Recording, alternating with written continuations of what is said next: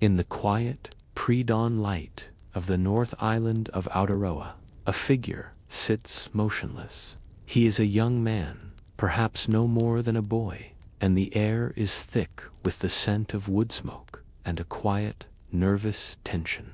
This isn't a scene of conflict or ceremony in the way we might imagine it. There are no drums, no loud chants, just the soft, rhythmic tapping of a small mallet on bone. This is the wukero, the art of carving, and it is here, in this calm, deliberate space, that a history is being written not on parchment or in stone, but on the living canvas of a person's skin. We often think of tattooing in modern terms a form of self-expression, a personal statement. But in the world of the ancient Mbori, the Tom Moko was something else entirely. It was a language, a genealogy, and a cultural text woven into the very flesh.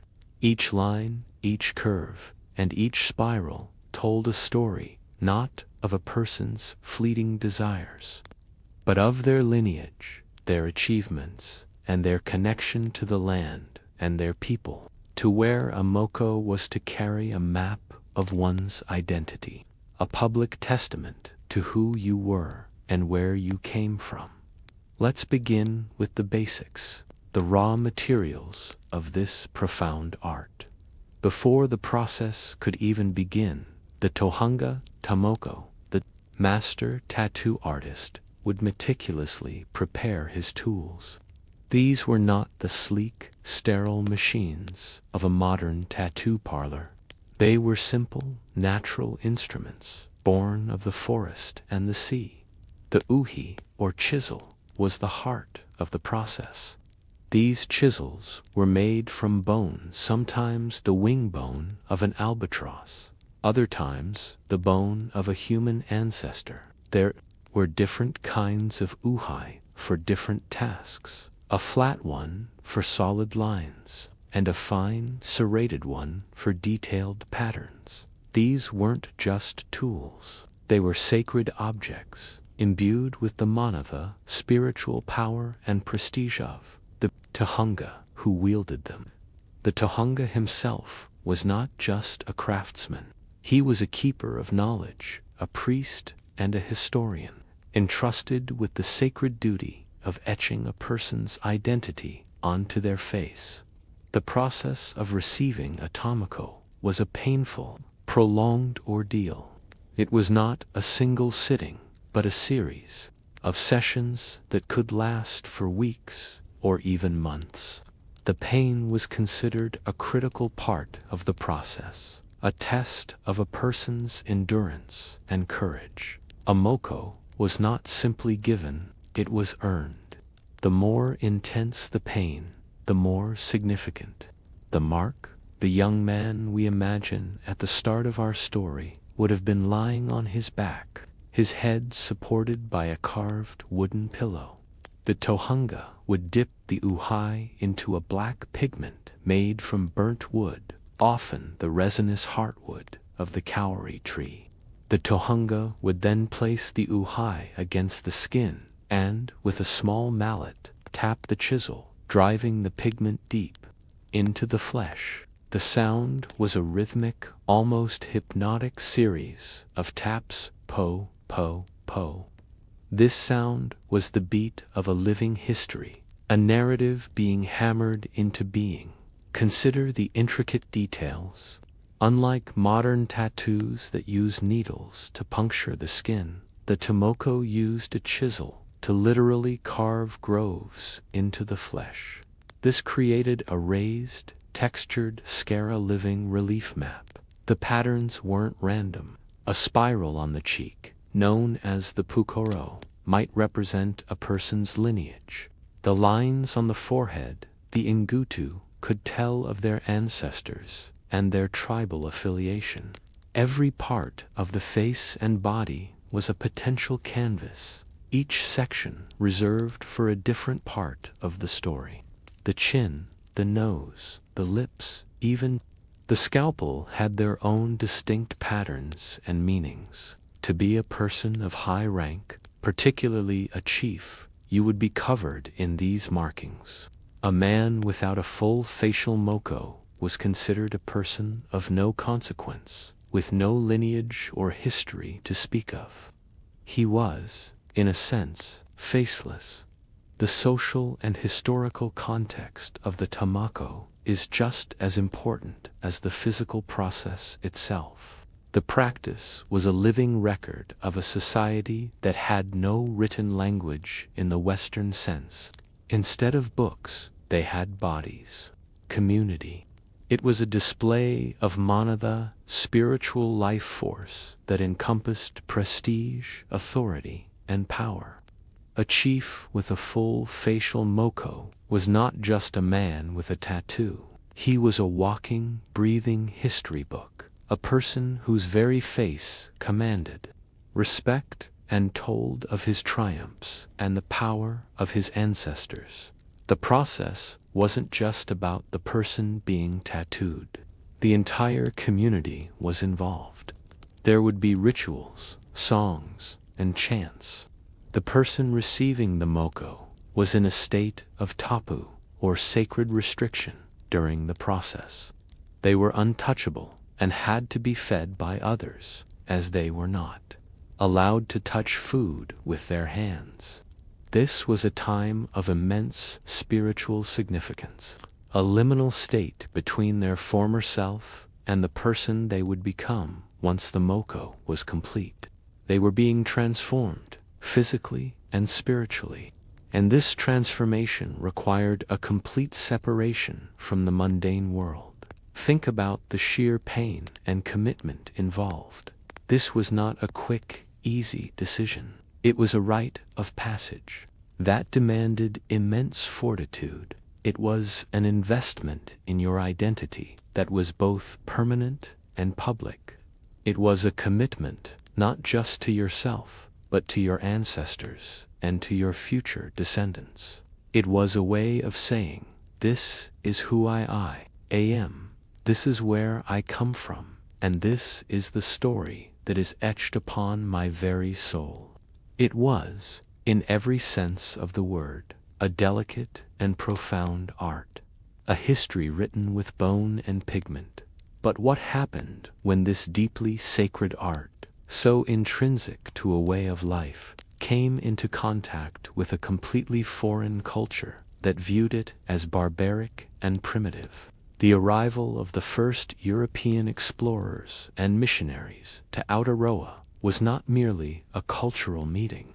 It was a clash of world views. As the tall ships of Captain Cook and the missionaries of the Church Missionary Society anchored in the bays, they brought with them a different understanding of the body, of history, and of art to the European eye. The tamoko was a startling and, in many cases, repellent sight. They saw a primitive form of body modification, a barbaric ritual of scarring that was a stark contrast to their own neat, unadorned selves, but a deeply embedded part of the person's identity. This fundamental misunderstanding set the stage for a century of conflict and change. The Tohunga Tamoko, the master artist we discussed in the first section, was a figure of immense spiritual and social power. His hands were not just tools for carving. They were the conduit through which the ancestors' stories flowed. The process of creating a moko was a sacred act, a conversation between the present and the past. The Tohunga would consult not just the person receiving the moko, but also the person's elders, their genealogy, and their tribal history. He was a human repository of Wekapapa genealogy, ensuring that every line and every curve was placed with perfect accuracy. Generations of Tohunga, they were kept in special, sacred containers, and were never to be used for any other purpose. The pigments used were also a matter of great importance. The primary black pigment was made from the burnt resin of the kahikatea, or caberry tree, which was then mixed with animal fat or oil to create a paste. This paste was driven into the skin with the uhi, leaving a raised, textured scar. The deep black color was seen as a connection to the primordial darkness from which all things emerged. 4 patterns on the face. The Tohunga might use other colors, such as a reddish pigment made from ochre, though black was the dominant color for the most sacred markings. The use of these natural materials, sourced directly from the land, reinforced the Mbori's deep spiritual connection to their environment. Imagine for a moment the sheer resilience required, not just from the person receiving the moko, but from the Tohunga as well. The act of tattooing was physically and mentally exhausting for both parties. The Tohunga had to maintain a state of intense concentration, and his hands had to be steady and precise. The work could take hours a day for weeks, and a single mistake could be catastrophic, not just artistically, but spiritually. A misplaced line could tell a lie about a person's wakapapa, a sin of the highest order. The Tohunga's mana was on the line with every tap of the mallet. The process was also steeped in tapu, a concept that is difficult to translate directly, but can be understood as a state of sacredness or spiritual restriction. A person undergoing the moko process was in a state of tapu, and this tapu was highly contagious. The ground they walked on was tapu. Their food had to be handled with care, and they could not touch their own face. This state of being set them apart from the rest of the community, marking them as undergoing a profound transformation. They were not just getting a tattoo, they were being reborn. The pain was not just physical, it was a spiritual test. It was a sign of their courage and their commitment to their people and their history. The clash with the European world brought an unforeseen and tragic twist to this ancient practice. European sailors, seeing the elaborate tattoos, began to offer muskets and other trade goods in exchange for mokamokathea, preserved, tattooed heads of Mbori warriors. The demand for these gruesome souvenirs created a dark trade that perverted the very essence of the Ta Moko. What was once a symbol of life, lineage, and mana became a commodity, a macabre object of curiosity for European collectors.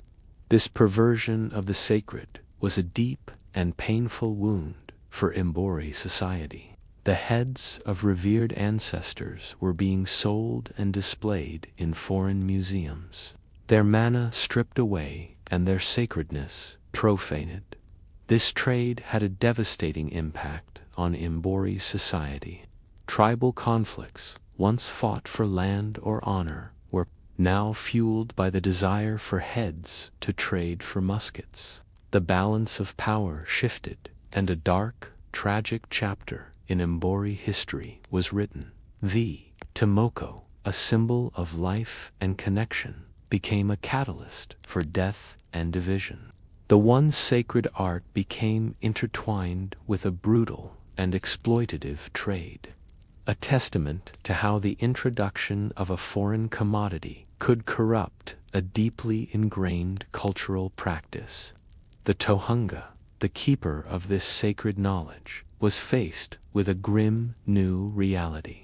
His art was now a target, a potential source of wealth for those who would trade their own people for weapons.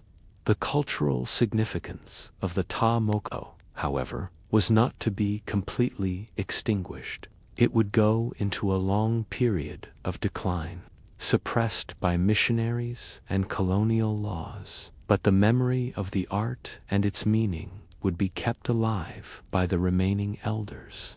The tools might have been hidden, the ceremonies practiced in secret, but the knowledge and the deep spiritual connection remained. The story of the Tomoko is one of a culture being tested, of a sacred art being nearly lost. The question remains, however, of what happened to the mana when it was challenged by a world that didn't understand it, and how a culture so deeply rooted in its traditions managed to survive this profound assault on its identity. The suppression of the Tai Moko was a gradual but relentless process. European missionaries, viewing the practice as an ugly pagan ritual, actively discouraged it. They taught that the body was a temple and should not be defaced. Colonial laws, though not directly outlawing the Tomoko, made it difficult to practice by suppressing traditional Mbori culture and social structures. Chiefs who wore the moko found themselves at a disadvantage in a world that now valued paper, treaties, and parliamentary debates over ancestral prestige. The art began to decline, pushed to the margins of a society that was rapidly being reshaped by foreign influences. By the early 20th century, the Tom Moko was a rarity, confined mostly to older generations who clung to the old ways. It seemed as though a sacred language, a history written on skin, was destined to be erased. Yet, a small but significant act of resistance and resilience took place. As the male facial moko, the moko kawi, began to disappear, the moko kawi, for women, the intricate chin tattoo continued to be practiced, often in secret. For many Mbori women, this was a way of holding on to their identity and their Wakapapa genealogy. The mako kawi was a mark of their sacredness and their status as bearers of life and keepers of tradition. It was a silent rebellion, a testament to the fact that while the colonial world could change the political landscape, it could not erase the deep spiritual connection to their history. The faces of these women became living archives, their chins etched with the stories of their mothers and grandmothers, a quiet assertion of cultural survival in the face of immense pressure. The mana, that spiritual power and prestige we discussed earlier, was a central part of this story. For a person to receive a tomoko, they had to prove they were worthy of the mana that came with it. It was a rite of passage that was earned, not bought. The moko was a physical manifestation of that mana, a public declaration of a person's worth and their connection to their ancestors. When the art was suppressed, the mana of the Mbori people was also challenged. Their social structure, based on lineage and ancestral ties, was undermined by a system that valued wealth and individual achievement over communal identity.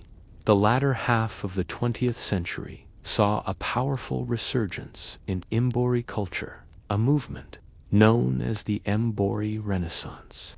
As Mbori leaders fought for land rights and political representation, there was also a renewed interest in their own cultural practices, including the tomoko. The art was revived, not as a historical curiosity, but as a living, breathing part of modern Mbori identity.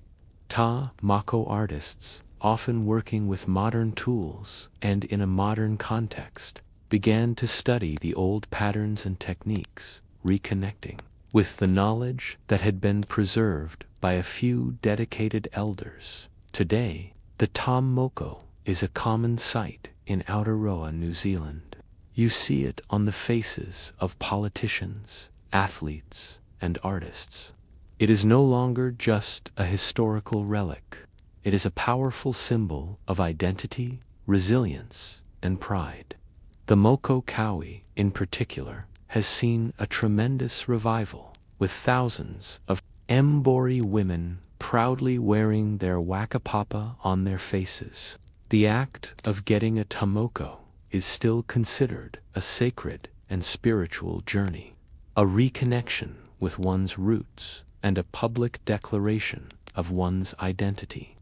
The modern Tomco artist, the Tohunga Tomco of today, is still a keeper of tradition, entrusted with the sacred duty of etching a person's story onto their skin, linking them to their ancestors and to the future.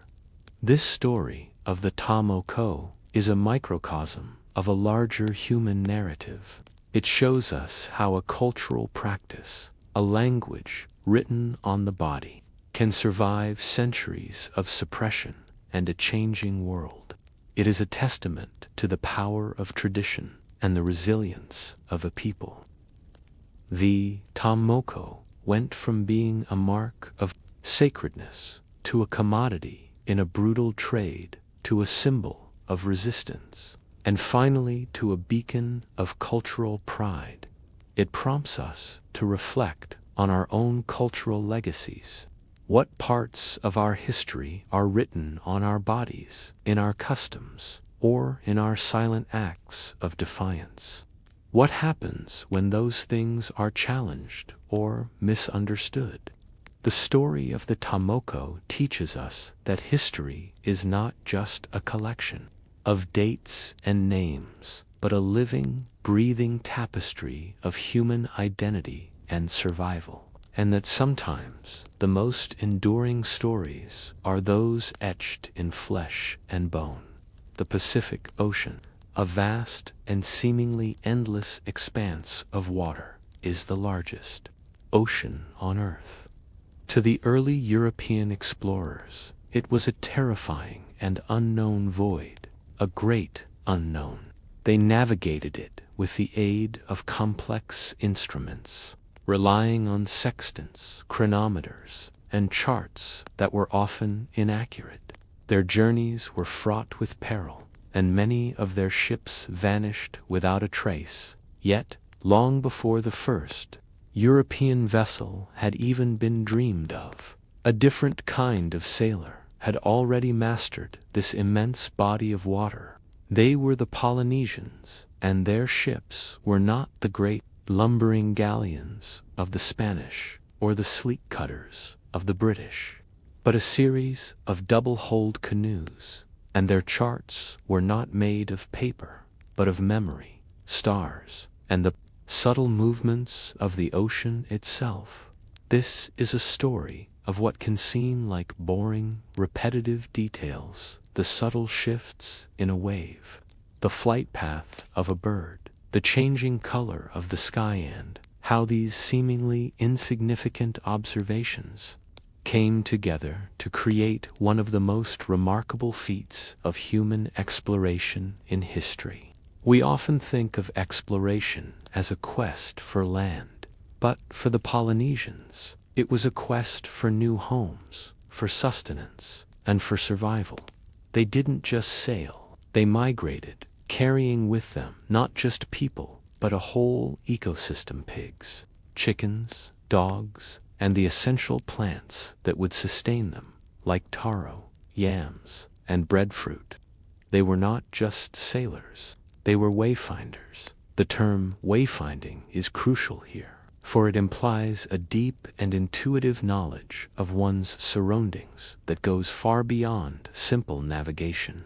A wayfinder didn't just know where they were, they knew where they were in relation to the entire ocean.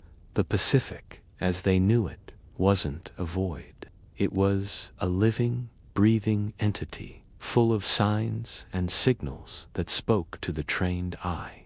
For a Polynesian navigator, the ocean was a map written in water.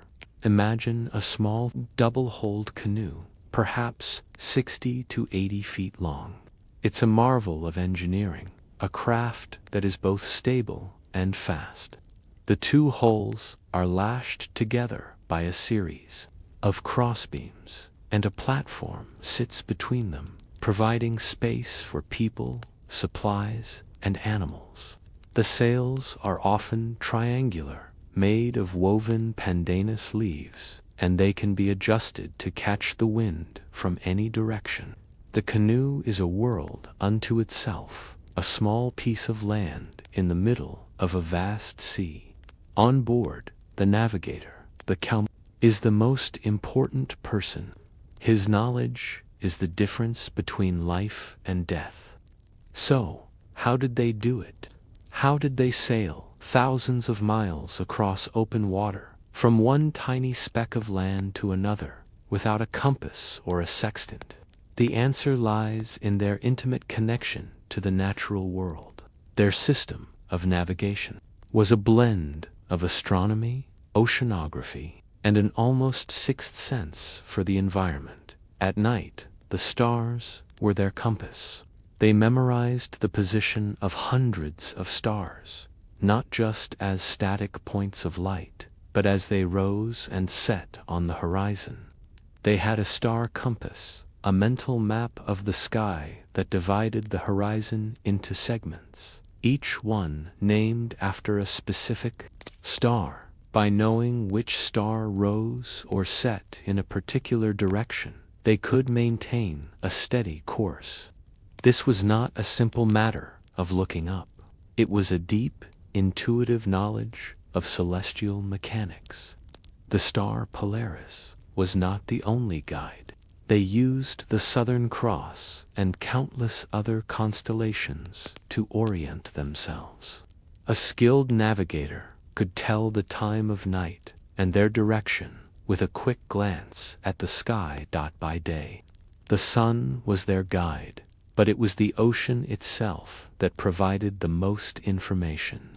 The Polynesians were experts in reading the subtle language of the waves. They could distinguish between swells generated by distant storms and those created by a nearby landmass. A swell that bounced off a distant island and came back to the canoe would tell the navigator that there was land in a certain direction. They could feel the rhythm of the waves, their size, and their direction, and from this information they could deduce their position. The wind, too, was a crucial part of their navigation. They could feel the direction and strength of the wind on their skin and could predict changes in the weather by observing the clouds. The flight paths of birds were also an essential part of their toolkit. A bird like the frigate bird, which only sleeps on land, would fly out in the morning to feed and return to land in the evening. By observing the direction of these birds, the navigators knew where land was. This wasn't just a science, it was an art, a deeply personal and spiritual practice. The knowledge was passed down from generation to generation, often through song and chant. A young apprentice would spend years memorizing the star compass, the currents, and the swell patterns. They would learn to feel the rhythm of the ocean in their bones, to read the clouds as if they were a book, and to listen to the whispers of the wind. This was an apprenticeship of the senses, a training in becoming one with the environment. The Polynesians, who first set out into the vast Pacific, were not just sailors, they were pioneers of a new way of life. They were the first to truly see the Pacific as an ocean of islands, not a void, and they had a deep understanding of its interconnectedness. They knew that the ocean didn't divide islands, it connected them. The story of their voyages is a story of quiet, patient observation, of relying on nature's subtle cues to achieve something truly remarkable. But what happened when these skilled navigators, who had tamed the ocean with their wisdom, found their skills and their way of life challenged by a world that valued clocks and compasses over a deep connection to nature? The genius of Polynesian wayfinding was a quiet and unassuming one, rooted in the art of memory and the power of observation. The knowledge was not written down, it was embodied. It lived in the minds of the navigators, the Kaumoana, and was passed down through a rigorous and prolonged apprenticeship. A young apprentice would begin their training by learning to identify stars and their movements, not just in the night sky, but in their relationship to the ocean and the land. They would learn the names of hundreds of stars and constellations and their rising and setting points on the horizon. This was the foundation of the star compass, a mental construct that allowed them to plot a course and hold to it, day and night. The canoe itself was a living part of the navigation. The navigator would not just stand on the deck, they would feel the canoe. They would lie down and feel the gentle rock of the ocean swells beneath them. They knew that a series of swells coming from a specific direction could indicate the presence of a distant landmass. They could differentiate between the primary swells generated by the global wind systems and the secondary swells, which were smaller, more subtle waves that bounced off of islands and refracted back. By feeling the interplay of these different wave patterns, a skilled navigator could tell if they were approaching an island, even if it was still hundreds of miles away. Beyond the horizon, this deep, intuitive understanding of the ocean was complemented by an equally profound knowledge of the wind and the clouds. The Polynesians were master meteorologists. They could read the color and shape of the clouds to predict coming storms or shifts in the weather. The subtle scent of a rain squall or the feel of the wind on their skin would tell them of changes, long before they became apparent to an untrained eye. They knew that the direction of the wind often changed near land, creating a telltale shift in the air currents that was a dead giveaway. The ecosystem itself was a powerful tool for navigation. They knew that certain birds, like the white terns, the boobies, and the frigate birds, were land-based. They would fly out to feed during the day and return to land at night. By watching the direction of their flights at dawn and dusk, the navigators could get a bearing on the nearest island. Even the presence of certain types of fish or seaweed could provide clues to their location. A different kind of knowledge, not of books and instruments, but of life itself. This incredible system of wayfinding was a testament to human ingenuity and a deep respect for the natural world. It was a science of observation, patience, and memory. The European explorers, for all their sophisticated tools, often found themselves lost or disoriented in the vast Pacific. They were reliant on a fragile chain of technology that could break or fail. The Polynesian wayfinders, by contrast, carried their knowledge in their minds, a living map that was as resilient as the sea itself. But this ancient art was almost lost. With the arrival of European ships, the traditional wayfinding knowledge was replaced by the use of the magnetic compass and the sextant. European ships were bigger, faster, and could carry more cargo. The old ways of sailing were seen as inefficient and primitive. The skills of the Kaumiwana began to fade, their knowledge no longer valued in a world that prioritized speed and technological precision. The memory of the star compass and the language of the waves began to disappear like a fading memory. The Pacific, once an ocean of interconnected islands, became a series of separate nations, and the knowledge that had once connected them was on the brink of being forgotten. The question is, what happens to a culture when its most profound and unique knowledge is replaced by a foreign technology? Can a skill so deeply tied to a way of life ever truly be resurrected once it has been lost? The story of Polynesian navigation seemed destined for a silent end. By the mid-20th century, the traditional knowledge of wayfinding had been reduced. Two fragments, preserved in the memories of a few remaining elders in the more remote islands. The great voyages of the past were now considered mythical tales, products of a romantic imagination rather than feats of incredible skill and resilience. The world had moved on, and technology had replaced intuition. The Pacific was no longer an ocean of islands connected by an ancient network of knowledge.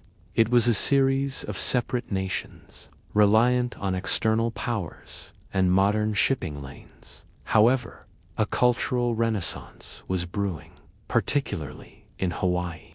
A group of scholars, cultural leaders, and dreamers came together with a radical idea: to prove the voyages were real by recreating them. They decided to build a traditional Polynesian voyaging canoe, a wā kalua, using ancient designs and materials.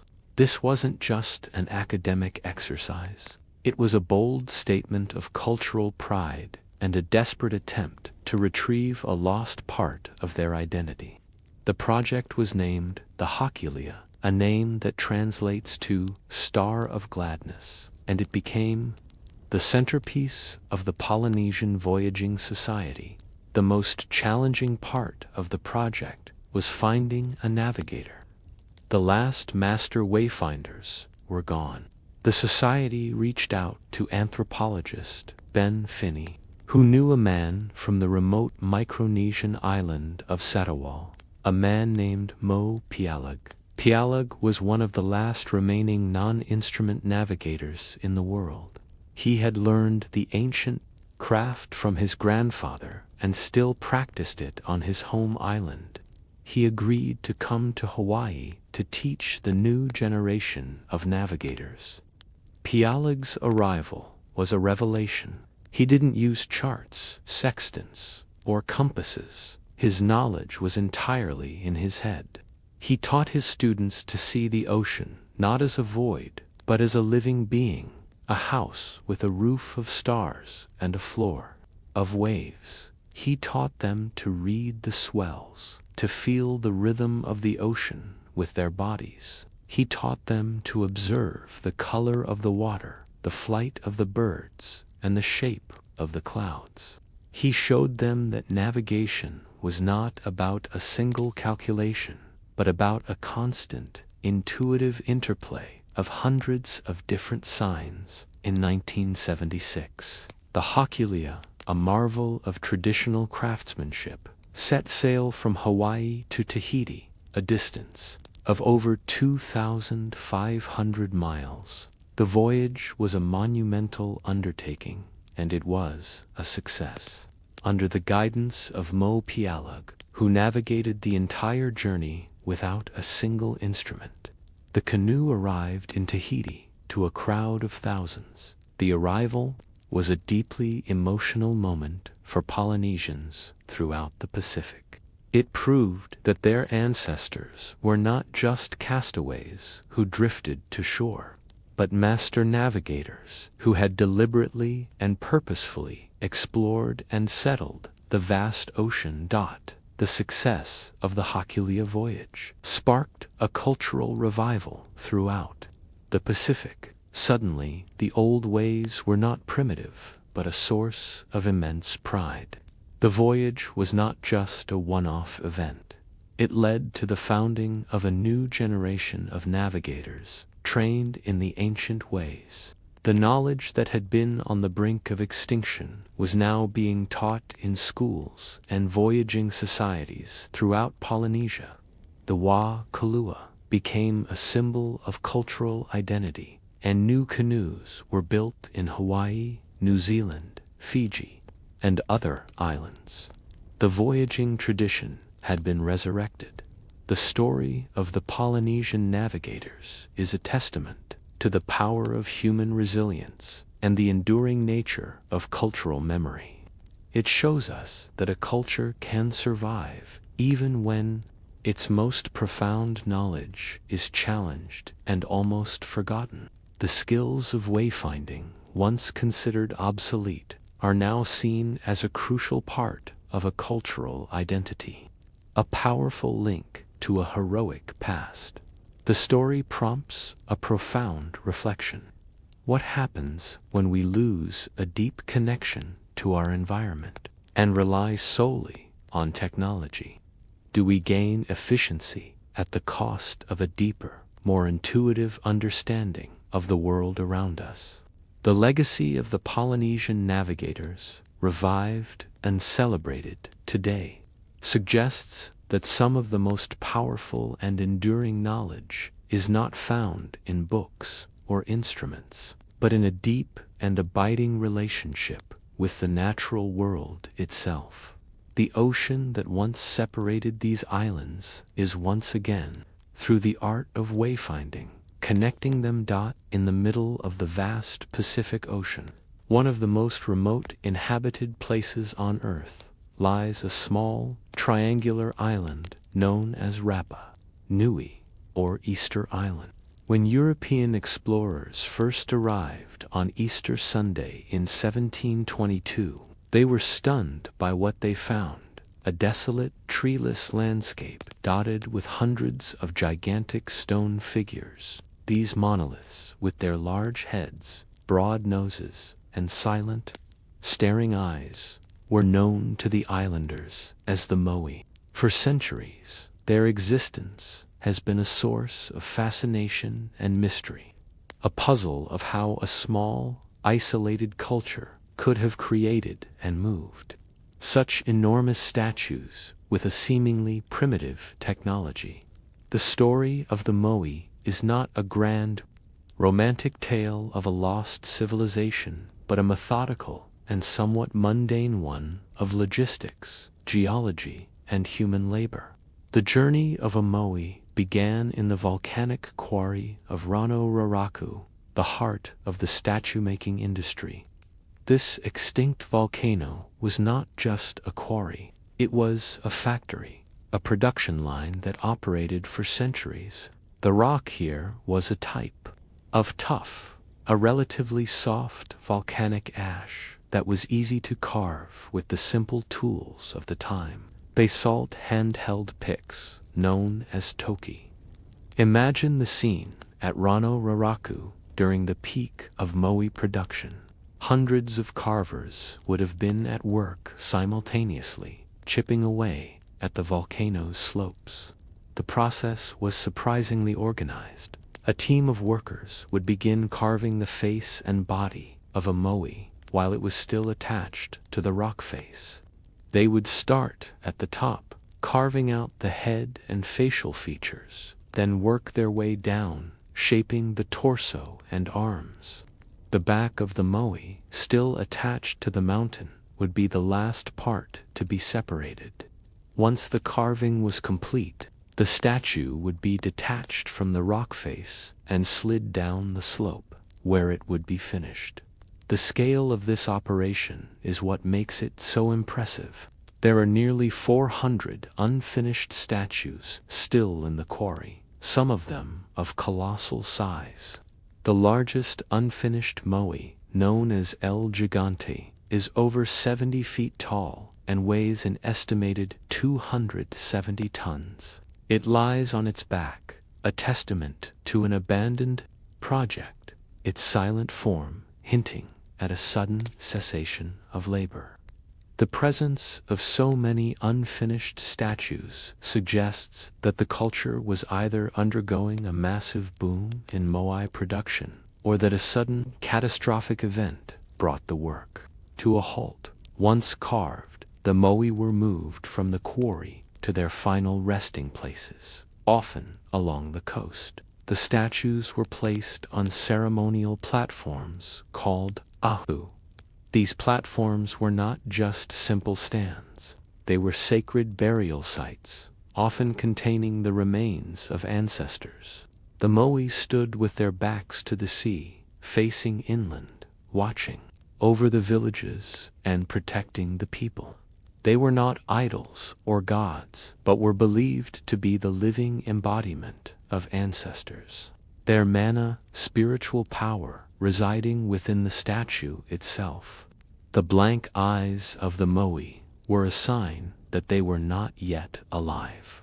The final ritual, the carving of the eye sockets and the insertion of white coral eyes with red scoria pupils, would bring the moai to life, transforming it into a conduit for ancestral power. The story of the moai is not just about the statues themselves, but also about the people who made them. The society of Rapa Nui was a complex one with a clear hierarchy. The moai were a symbol of the chief's power and the prestige of his lineage. Building a moai was a way for a chief to demonstrate his status and to honor his ancestors. The larger the moai, the more powerful the chief. This competition to build bigger and better statues was a driving force of the culture, a form of peaceful rivalry that spurred on an incredible output of labor and ingenuity. But how did a society, without the aid of wheels, pulleys, or beasts of burden, move these enormous statues, some weighing up to 80 tons, over several miles of uneven terrain? The solution to this engineering puzzle is one of the most debated topics in archaeology. It is a question that, for a long time, has shrouded the story of the moai in a veil of mystery. The answer lies not in a secret, lost technology, but in a boring, seemingly simple detail that has been hiding in plain sight. What was the secret to the moai's mobility? For centuries, the mystery of how the moai were moved from the quarries of Rano Raraku to their coastal Ahu platforms seemed an unsolvable puzzle. The sheer size and weight of the statues, some weighing as much as 80 tons, defied simple explanation. Early theories ranged from the use of alien technology to a lost civilization of giants, but the truth, as is often the case in history, was far more grounded in human ingenuity and the mundane realities of daily life. The solution, it turns out, was not in a grand, complex machine, but in a simple, elegant method of locomotion that has been hidden in plain sight for centuries. The moai walked. This theory, now widely accepted by archaeologists, came from a close examination of the statues themselves. Many of the moai that lay unfinished or toppled along the ancient roads of Rapa Nui were found to have a peculiar shape. They were designed with a forward-leaning posture and a broad, flat base. This design, it was discovered, was ideal for a simple but effective method of transport. The statues were moved not by being dragged or rolled on logs, as was once thought, but by being rocked back and forth, a process that mimicked a person walking. Imagine a team of a dozen or more men standing on either side of the moai. They would attach ropes to the top of the statue, one team on the left, one on the right. By pulling the ropes in a coordinated rhythmic fashion, they could make the statue sway from side to side. As the statue tipped slightly, the team would pull forward, causing it to step forward.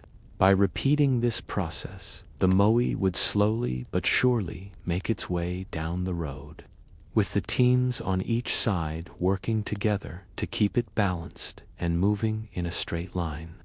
The large, heavy base of the statue provided the stability, while the forward-leaning posture helped to propel it forward with each sway. This method of walking, the moai, was incredibly labor-intensive and required immense coordination and teamwork.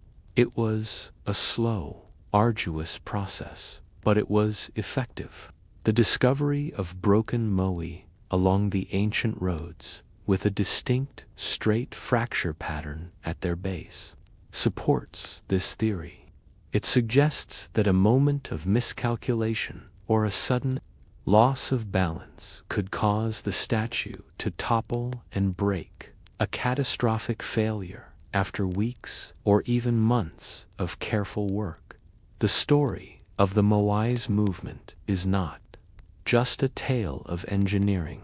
It is a story of a society that was highly organized and had a profound sense of communal purpose. The construction and transport of the moai were massive undertakings that would have required the labor of hundreds, if not thousands, of people. The entire community would have been involved, from the carvers in the quarry to the transport teams on the roads and the workers at the coastal ahu. This was a communal effort, a shared purpose that bound the society together. The moai themselves were not just statues, they were a form of social currency. The competition between different clans to build the biggest and most impressive moai was a driving force of the culture, a form of peaceful rivalry that spurred on an incredible output of labor and ingenuity. It was a competition that required a vast amount of resources, not just in terms of labor, but also in terms of the wood needed to make the rollers and levers, and the ropes needed to move the statues. The story of the moai is a testament to the power of human collaboration and the ability of a culture to achieve great things with simple tools and a shared purpose. It reminds us that some of the greatest mysteries of history are not solved by searching for a lost, advanced technology, but by understanding the basic, often boring, logistical realities of a people's daily lives. But what happened when this complex, delicate system of communal effort and resource management broke down? And what was the true cause of the collapse of the civilization that created these stone giants? A collapse that left a silent island and its walking statues as a stark, enduring mystery. The silent, toppled moai of Rapa Nui stand as a haunting testament to a civilization's collapse. For a long time, the downfall of the Rapa Nui people was attributed to a single, dramatic event, the ecocide theory. This theory posited that the islanders, in their relentless competition to build and transport ever larger moai, had deforested their island. The logs needed to move, the statues were cut down, and the palm trees, which provided food and shelter, were also used for fuel and construction. With no trees to hold the soil, erosion set in, crops failed, and the island descended into civil war and cannibalism. The toppled moai, in this view, were symbols of a culture that had turned on itself, its people toppling the very statues they had revered. While this narrative is dramatic and compelling, the truth is likely more complex, and, in some ways, more mundane. The collapse of the Rapa Nui civilization was not a single apocalyptic event, but a slow and painful decline caused by a combination of factors. The deforestation of the island was indeed a major problem, but it was not the sole cause of the collapse. Recent archaeological and paleobotanical studies suggest that the island was largely deforested before the peak of moai production. The trees, particularly the giant palms, were likely already in decline due to the introduction of the Polynesian rat, which feasted on the palm nuts and prevented the trees from regenerating. The moai transport likely contributed to the final loss of the trees. But it was not the initial cause. The true collapse was not so much an ecocide, but a slow, gradual breakdown of a complex social and political system.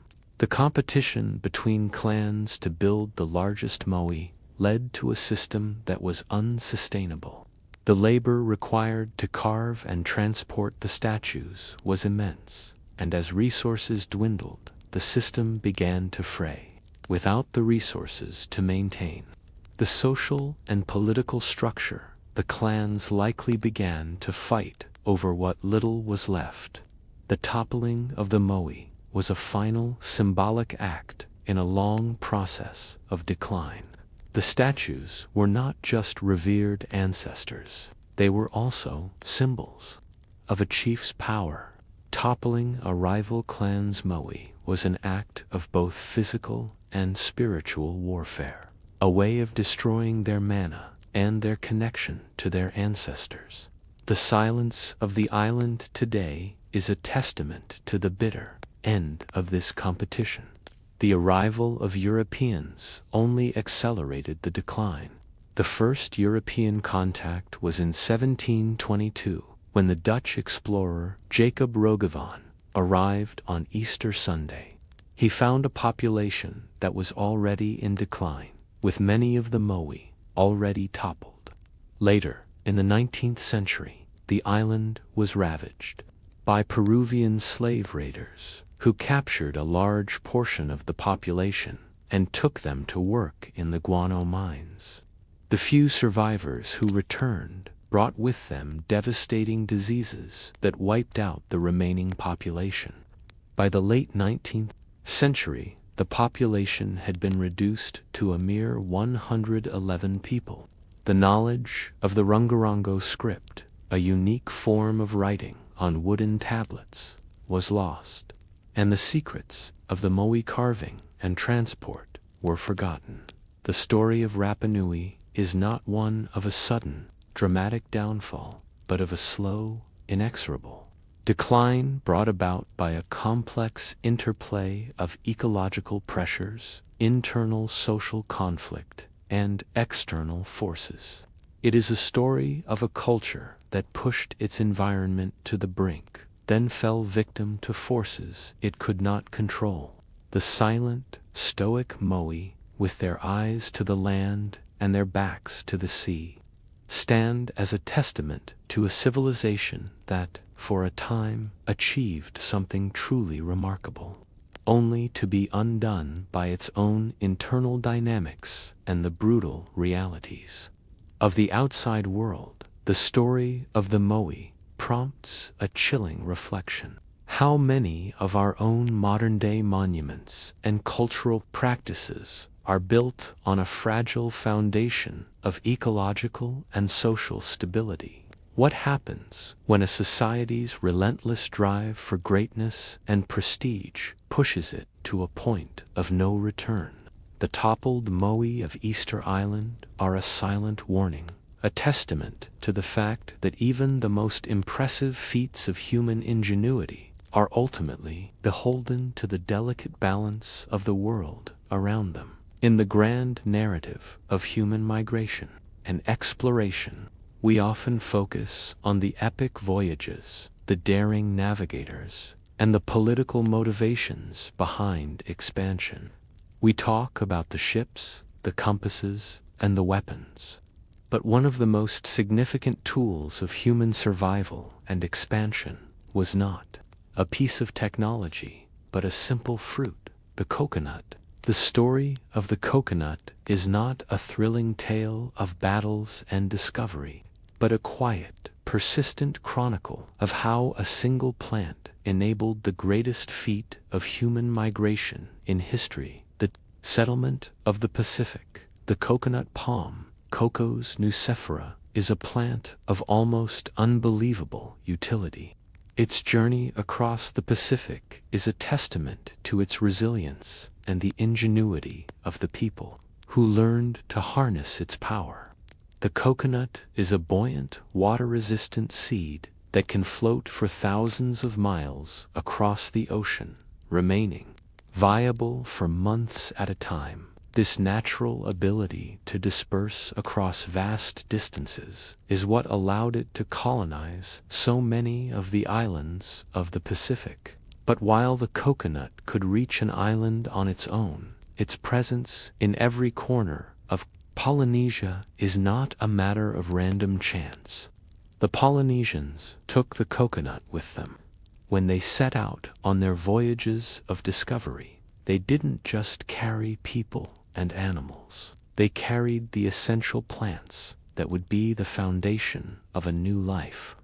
The coconut was at the top of that list for the early Polynesian voyagers. The coconut was a lifeline. On long voyages across the open ocean, fresh water was the most precious commodity. While rainwater could be collected, a reliable source of hydration was essential. The immature green coconut provided a clear, sterile, and slightly sweet water. That was a perfect source of hydration. It was a portable canteen, a natural water bottle that could be stored for months, but its use didn't end there. The meat of the mature coconut, rich in fat and calories, was a crucial source of energy. It could be eaten fresh or grated and squeezed to produce coconut milk, a versatile ingredient used in cooking. The grated coconut meat, when dried, could also be stored for long periods, providing a reliable food source on long voyages. Beyond food and water, the coconut palm was an indispensable tool for survival. The husk of the coconut, made of tough, fibrous material, could be used to make senet, a strong rope. This rope was a critical part of the Polynesian voyaging canoe, used to lash the double hulls together and to attach the sails. The coconut fronds could be woven into mats for shelter, sails for the canoe, or baskets for carrying goods. The leaves were also used to thatch the roofs of houses, providing a waterproof and durable covering.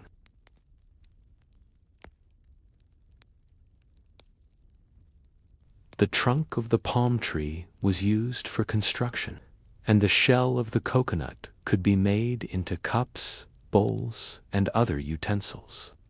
Every part of the coconut was a resource, and every part was used. The coconut's journey across the Pacific is a quiet, unsung story of how a single plant provided the resources necessary for a people to survive and thrive in one of the most challenging environments on Earth. It was the foundation of their diet, the material for their homes and tools, and the lifeline that allowed them to navigate and settle the vast ocean. It wasn't a hero in the traditional sense. It was a silent partner, a humble workhorse that fueled an empire of islands. The coconut was the quiet, unsung hero of the Polynesian expansion. It provided the food, the water, and the materials that made survival possible. Its story is a testament to the power of a single species to enable human migration and cultural development. But how did the Polynesians, who carried this plant with them, manage its cultivation and ensure its survival on so many different islands? What were the mundane, day-to-day details of coconut agriculture that allowed this humble fruit to become the foundation of an entire civilization? The humble coconut palm, for all its natural resilience, did not simply colonize the Pacific on its own. It was a partnership between the plant and the people. For the Polynesians, who were master agriculturalists as well as navigators, the cultivation of the coconut was a daily and essential task, a series of mundane but critical details that ensured the survival of their culture. The story of the coconut is a story of how a people learned to manage a plant's life cycle, from germination to harvest, with an intimate knowledge that was passed down through generations. The first step in the process was the careful selection of the nuts. Not just any coconut would do. The Polynesians selected mature coconuts, still in their husks, for planting. The husk was not removed, but was used as a natural, protective casing for the developing seed.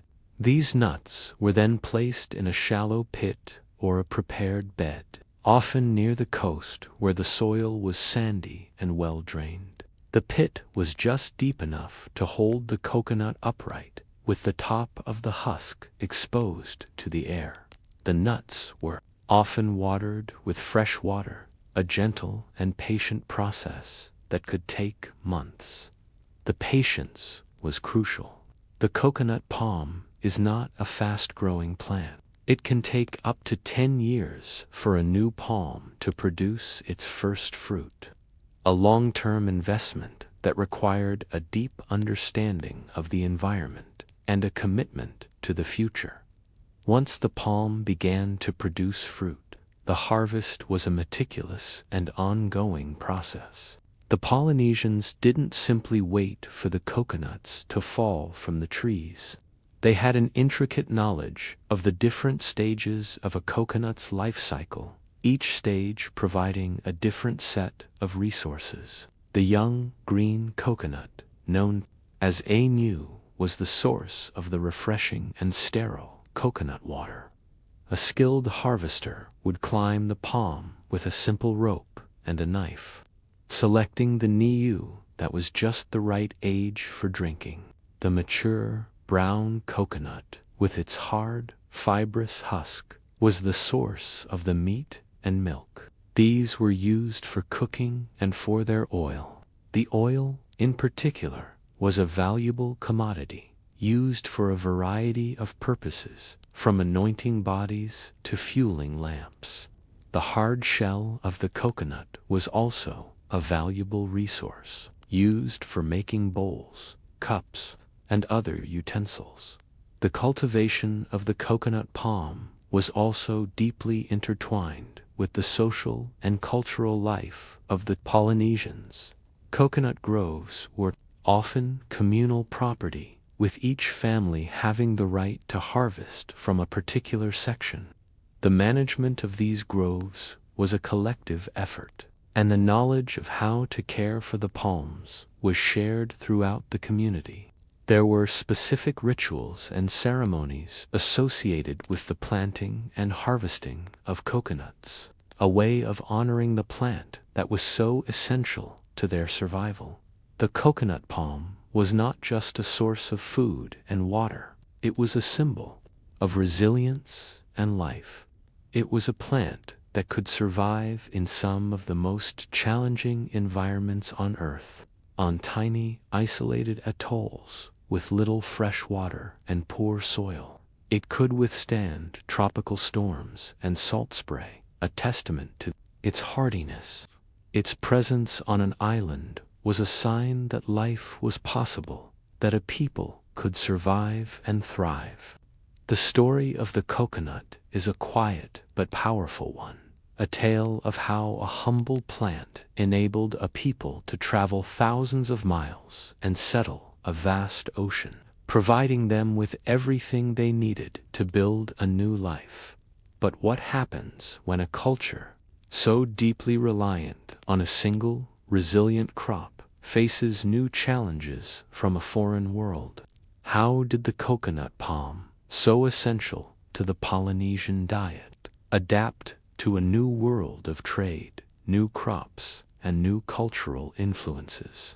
The story of the coconut is a testament to its status as the most important food source in Polynesia.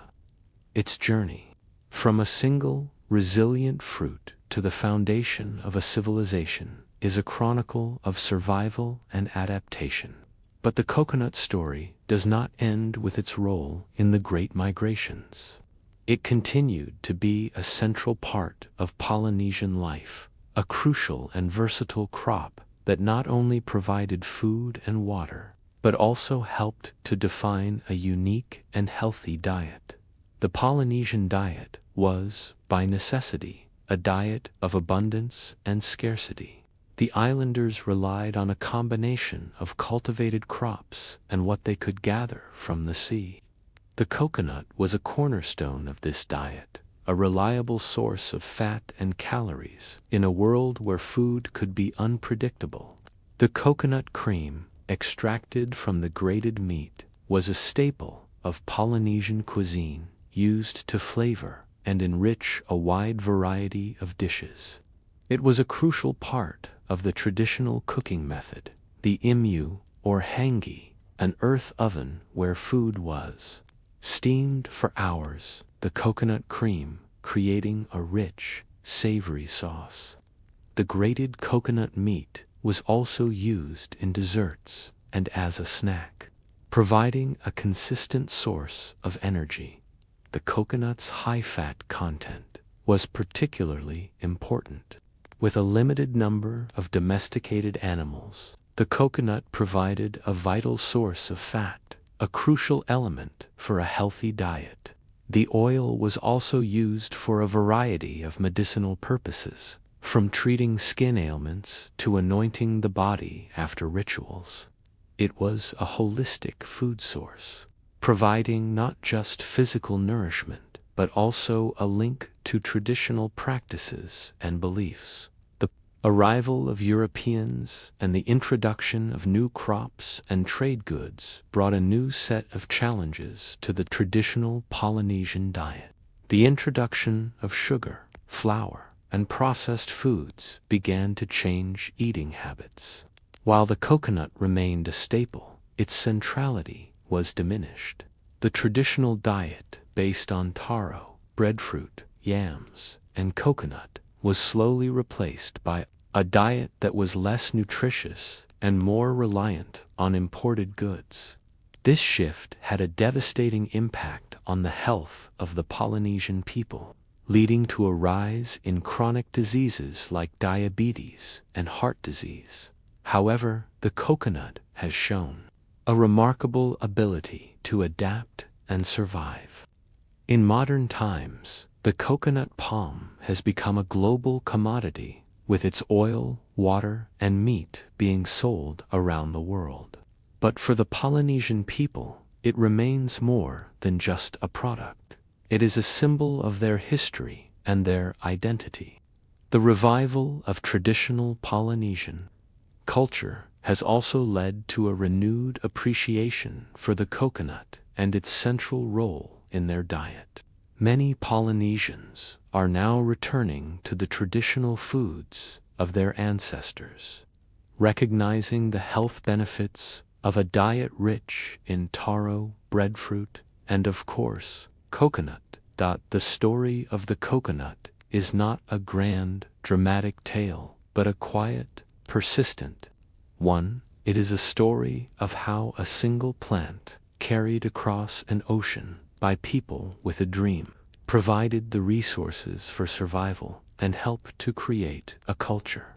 It reminds us that some of the most powerful forces in history are not great kings or grand armies, but the humble, mundane details of daily life.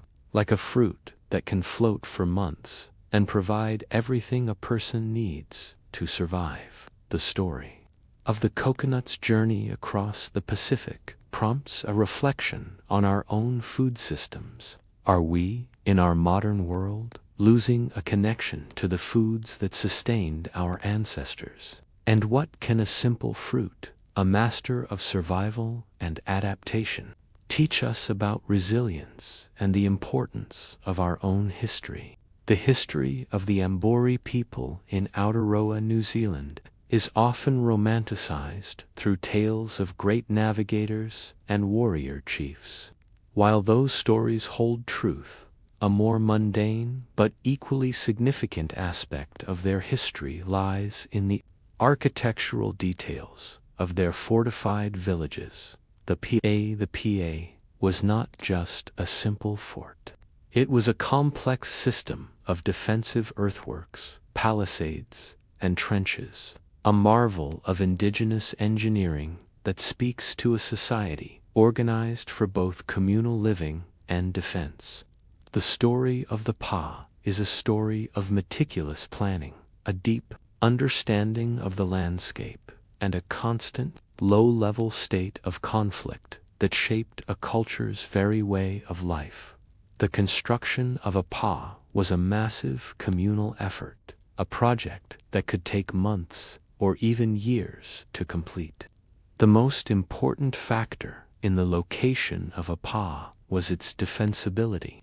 Pa were almost always built on high ground in hillsides, volcanic cones, or coastal cliffs that provided a natural advantage.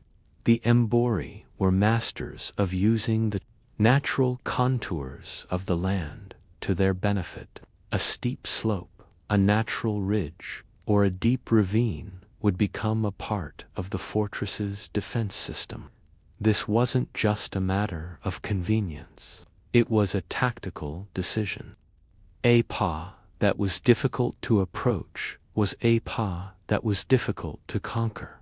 Once a suitable location was chosen, the real work began. The construction of a pa was a multi-layered process, with each layer designed to slow down and wear out an attacking force. The outer layer was typically a series of palisades, a fence made of strong wooden posts. The posts were often made of durable wood like totara and were sunk deep into the ground. They were sharpened at the top and sometimes angled outward to make them difficult to climb. These palisades were not just a single barrier. A typical pa had a series of 2, 3, or even more palisades, creating a labyrinth of defenses that an attacker would have to breach one by one. Behind the palisades were the most impressive features of the pa, the earthworks. The Mbori were expert earth movers. They would dig deep trenches and build up high, fortified ridges behind them. These ridges, known as terrace work, provided an elevated platform for the defenders. From these terraces, the defenders could throw spears, rocks, and other projectiles down onto an attacking force that was struggling to get through the trenches and up the slopes. The trenches also served another purpose. They provided a place of cover for the defenders, a safe place to retreat from the palisade and regroup. The design of a pa was a living, breathing thing, constantly being adapted to the specific challenges of a particular location and the changing nature of warfare. The main gate of a pa, known as the waharawa, was not just a simple opening.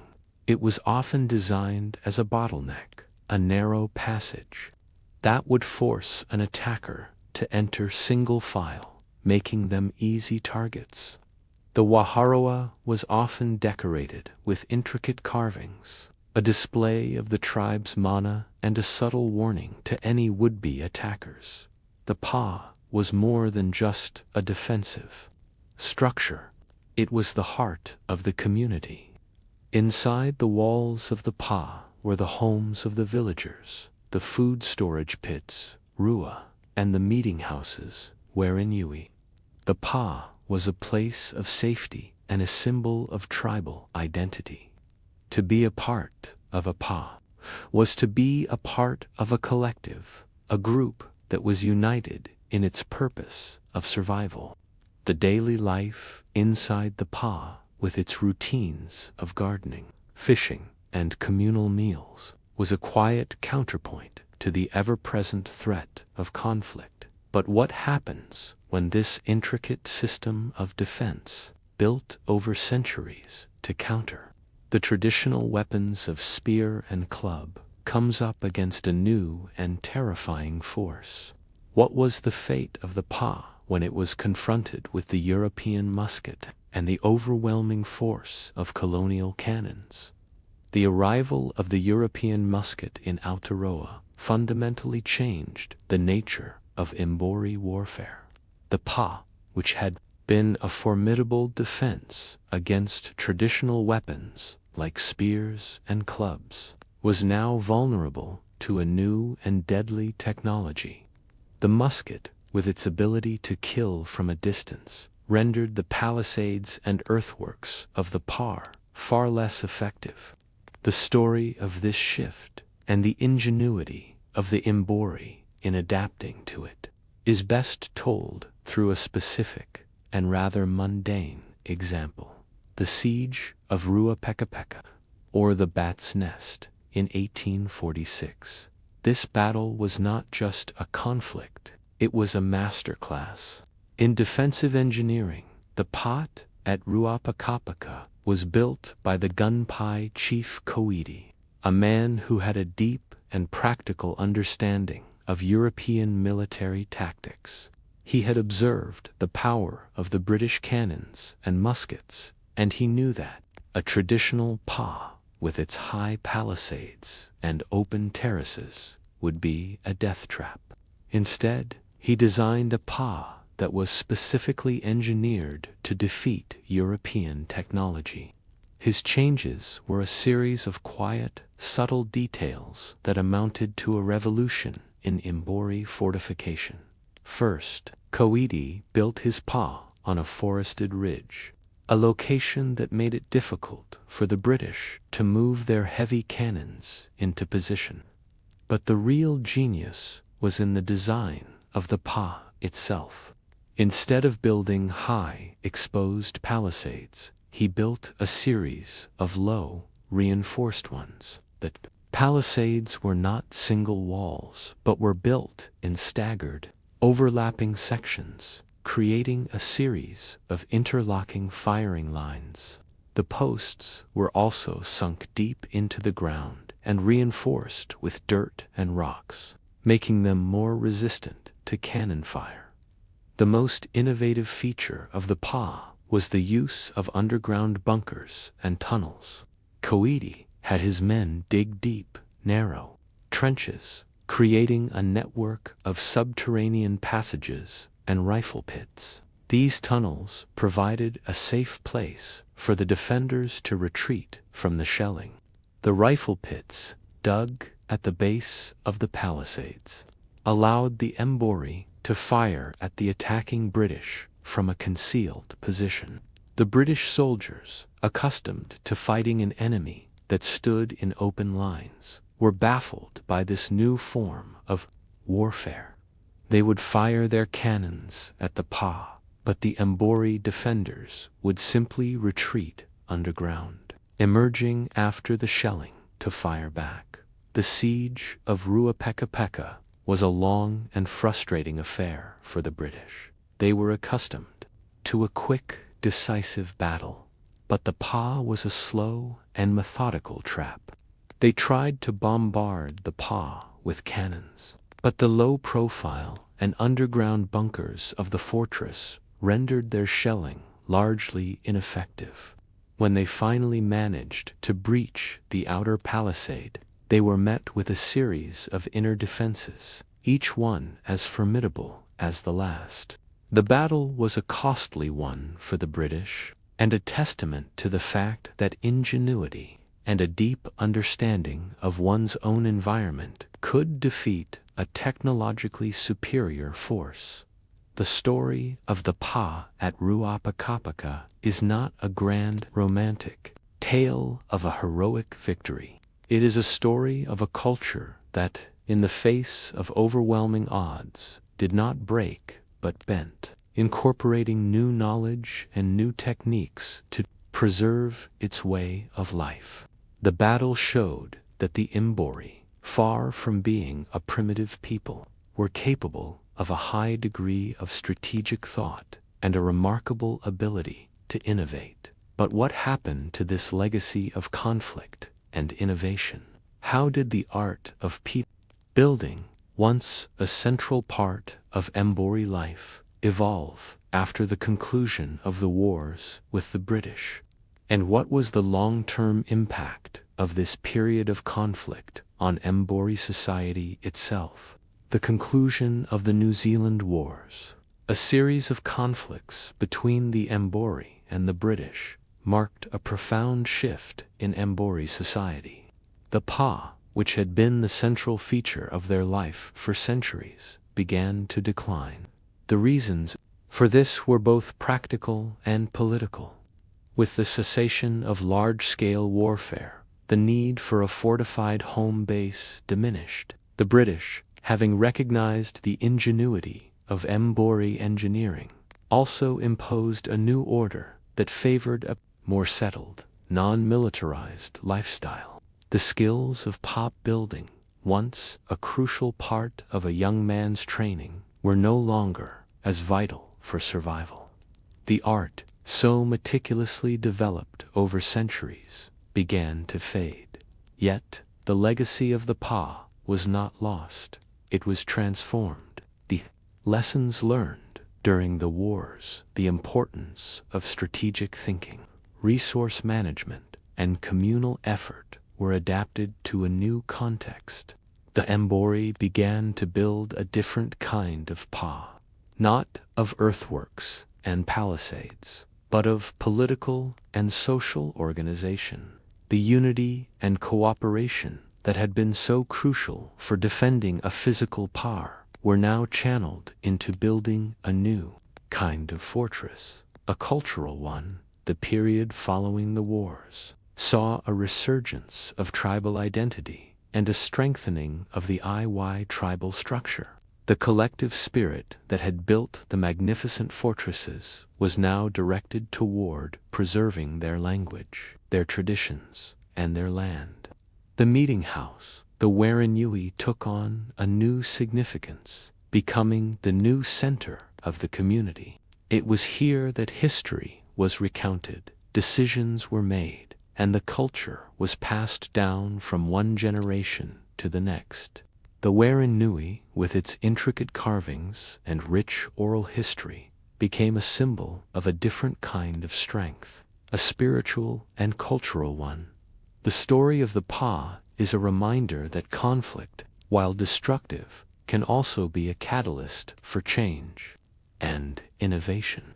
The battles of the 19th century, particularly the siege of Ruapekapeka, taught the Mbori that they could adapt and even outsmart a technologically superior foe. This knowledge, this quiet confidence in their own ingenuity, was a crucial part of their resilience in the face of colonization.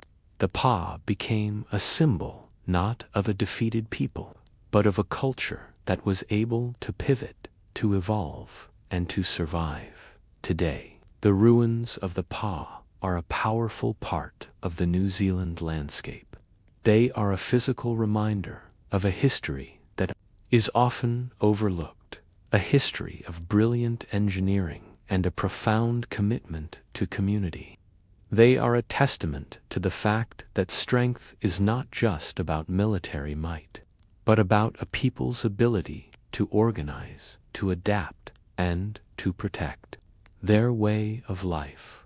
The story of the Pa prompts: how often in history do we see a culture's most valuable skills become obsolete, only to be resurrected in a new form? And what can the story of the Mbori, who transformed a physical fortress into a cultural one, teach us about the enduring nature of human resilience? The silent hills of Aotearoa, with their terraced earthworks, whisper a story not of defeat, but of survival, adaptation, and the quiet, persistent strength of a people. In the mid-19th century, Ireland was a country poised on the edge of a catastrophe. It was a place of stark contrasts, a land of verdant fields, and a population mired in deep poverty. The story of the Great Famine is not just a tale of a natural disaster. It is a story of a people's over-reliance on a single crop and a political and economic system that made them uniquely vulnerable. Character in this story is the humble potato. Introduced to Ireland in the late 16th century, the potato quickly became the cornerstone of the Irish diet. It was a perfect fit for the Irish landscape and a lifeline for its people.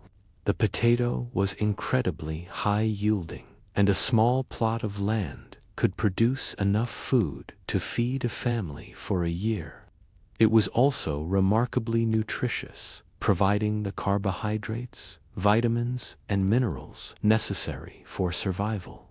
For the vast majority of the Irish population, who were tenant farmers with little or no land of their own, this made the potato more than just a food. It was a form of economic and social security, making it a dietary staple of unparalleled importance. This reliance on a single crop, however, created a dangerous vulnerability.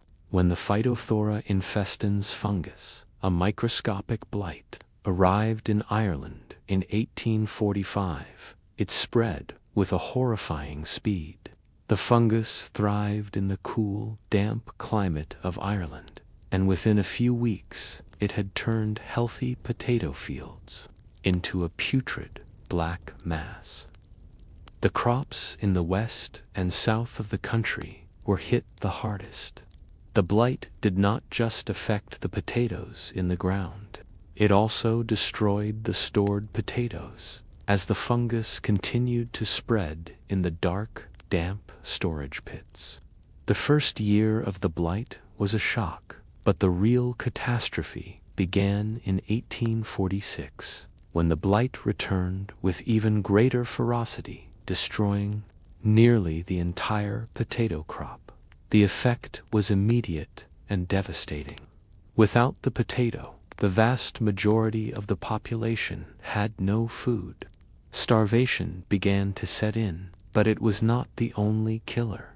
The famine brought with it a series of diseases, typhus, cholera, and dysentery, that spread rapidly through a population that was already weakened by malnutrition. The diseases were often more deadly than starvation itself. People, desperate for food, would eat rotting potatoes, which only made them sicker. The workhouses, set up to provide relief, became overcrowded and unsanitary, a breeding ground for disease. The land, once a source of sustenance, was now a source of death. The story of the Great Famine is a quiet, horrifying one, a slow-motion disaster that unfolded over a period of 5 years. It was a time of unimaginable suffering, of families starving to death in their homes, of a landscape littered with the dead. The silence of the abandoned cottages, the empty fields, system that failed to respond, the question that hung over the country, even in the midst of this disaster, was a complex one. How could a people be starving to death in a country that was still exporting vast quantities of grain and livestock to England? What was the true nature of the political and economic forces at play that allowed such a catastrophe to unfold?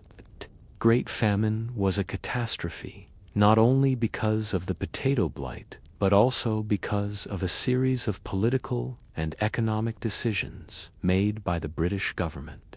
Ireland at the time was a part of the United Kingdom, and its fate was largely in the hands of the British Parliament. The initial response to the famine was slow and inadequate, driven by a philosophy of laissez-faire economics and a deep-seated suspicion of the Irish poor. Free market. The idea was that the market would correct itself, and that government aid would only create a dependency among the poor. The first attempts at relief were woefully insufficient. Minister Robert Peel set up a public works program, but the wages were too low, and the work was often too strenuous for a starving population. The Corn Laws, which had protected British grain prices, were repealed, a move that was meant to lower the price of food.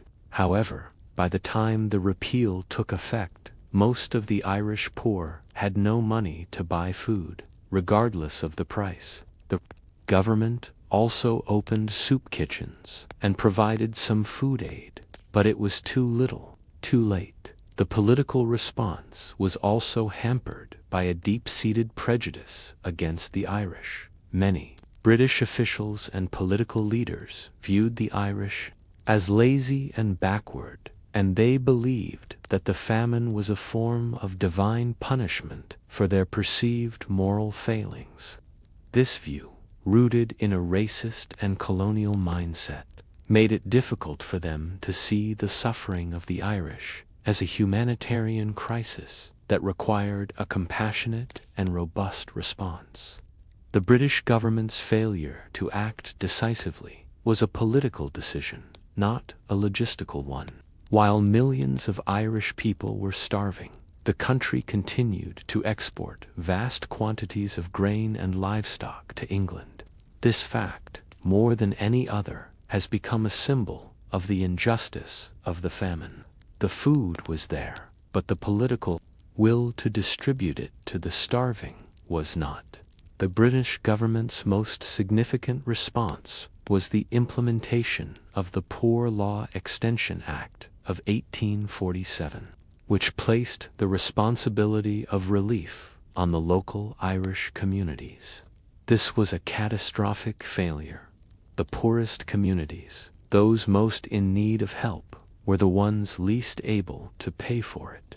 The law also stipulated that a person had to give up all their land, no matter how small, to be eligible for aid.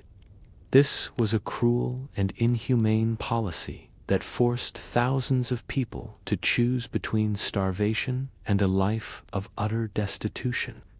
The workhouses, which were meant to provide relief, became symbols of suffering and death. They were overcrowded, unsanitary, and rife with disease. The famine exposed the deep and bitter fault lines of a colonial relationship. It showed how a political and economic system based on the exploitation of one country for the benefit of another could lead to a man-made disaster of unimaginable proportions.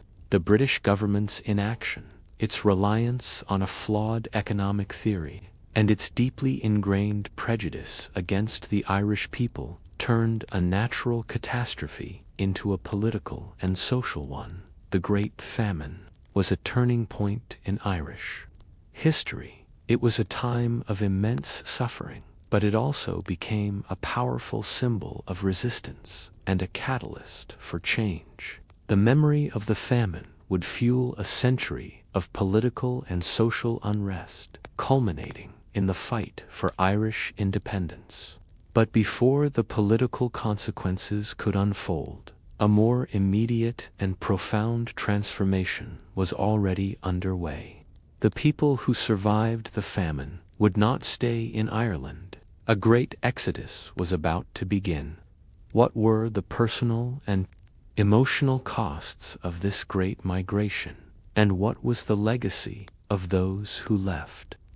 The sheer scale of the suffering in Ireland during the Great Famine had a devastating and irreversible consequence: a mass exodus. The years from 1845 to 1852 saw one of the largest migrations in European history.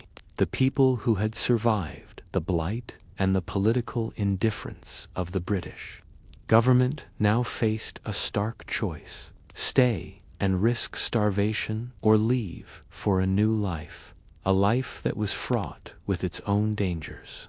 This great migration was not a single, coordinated movement, but a desperate, individual act of survival, a story of families and communities scattering across the globe.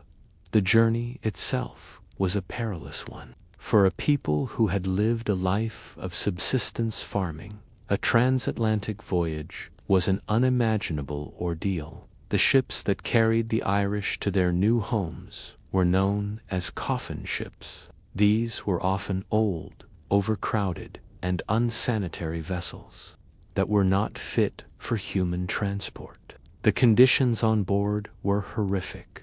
Diseases like typhus and cholera, which had been rampant in Ireland, spread like wildfire in the cramped, airless holds.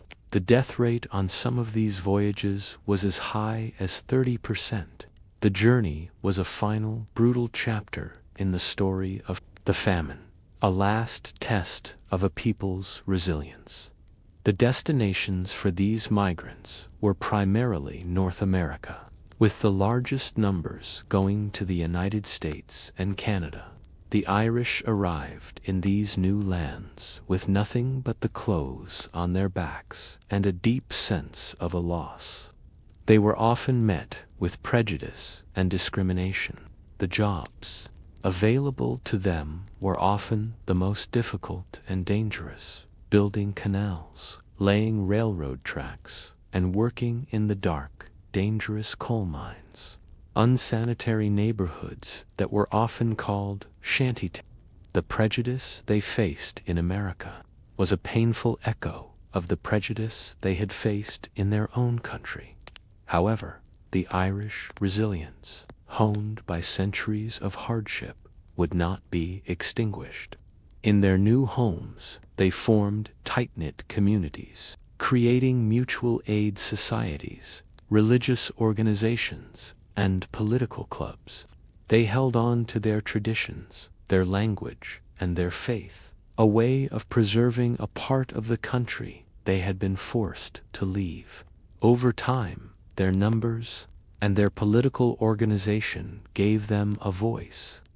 They rose from the working class to become a political and social force. The legacy of the Irish diaspora is a testament to the power of a people to not only survive, but to thrive in a foreign land. The famine and the subsequent diaspora left an indelible mark on Irish history and culture. It decimated the population, reducing it from over 8 million people to around 4.4 million by the end of the century. The Irish language, which had been spoken by a majority of the population before the famine, went into a steep decline as English was seen as the language of opportunity and advancement. But the famine also became a powerful symbol of a people's struggle against oppression. It was a catalyst for a nationalist movement that would eventually lead to Irish independence. The memory of the famine became a central part of the Irish national identity, a painful but unifying memory that fueled a fierce determination to never again be a victim. The story of the Great Famine is not just a tale of potatoes and politics. It is a more universal and somber story about the fragility of human society when it is too reliant on a single resource, and about the profound injustice that can occur when a government fails to act on behalf of its most vulnerable citizens.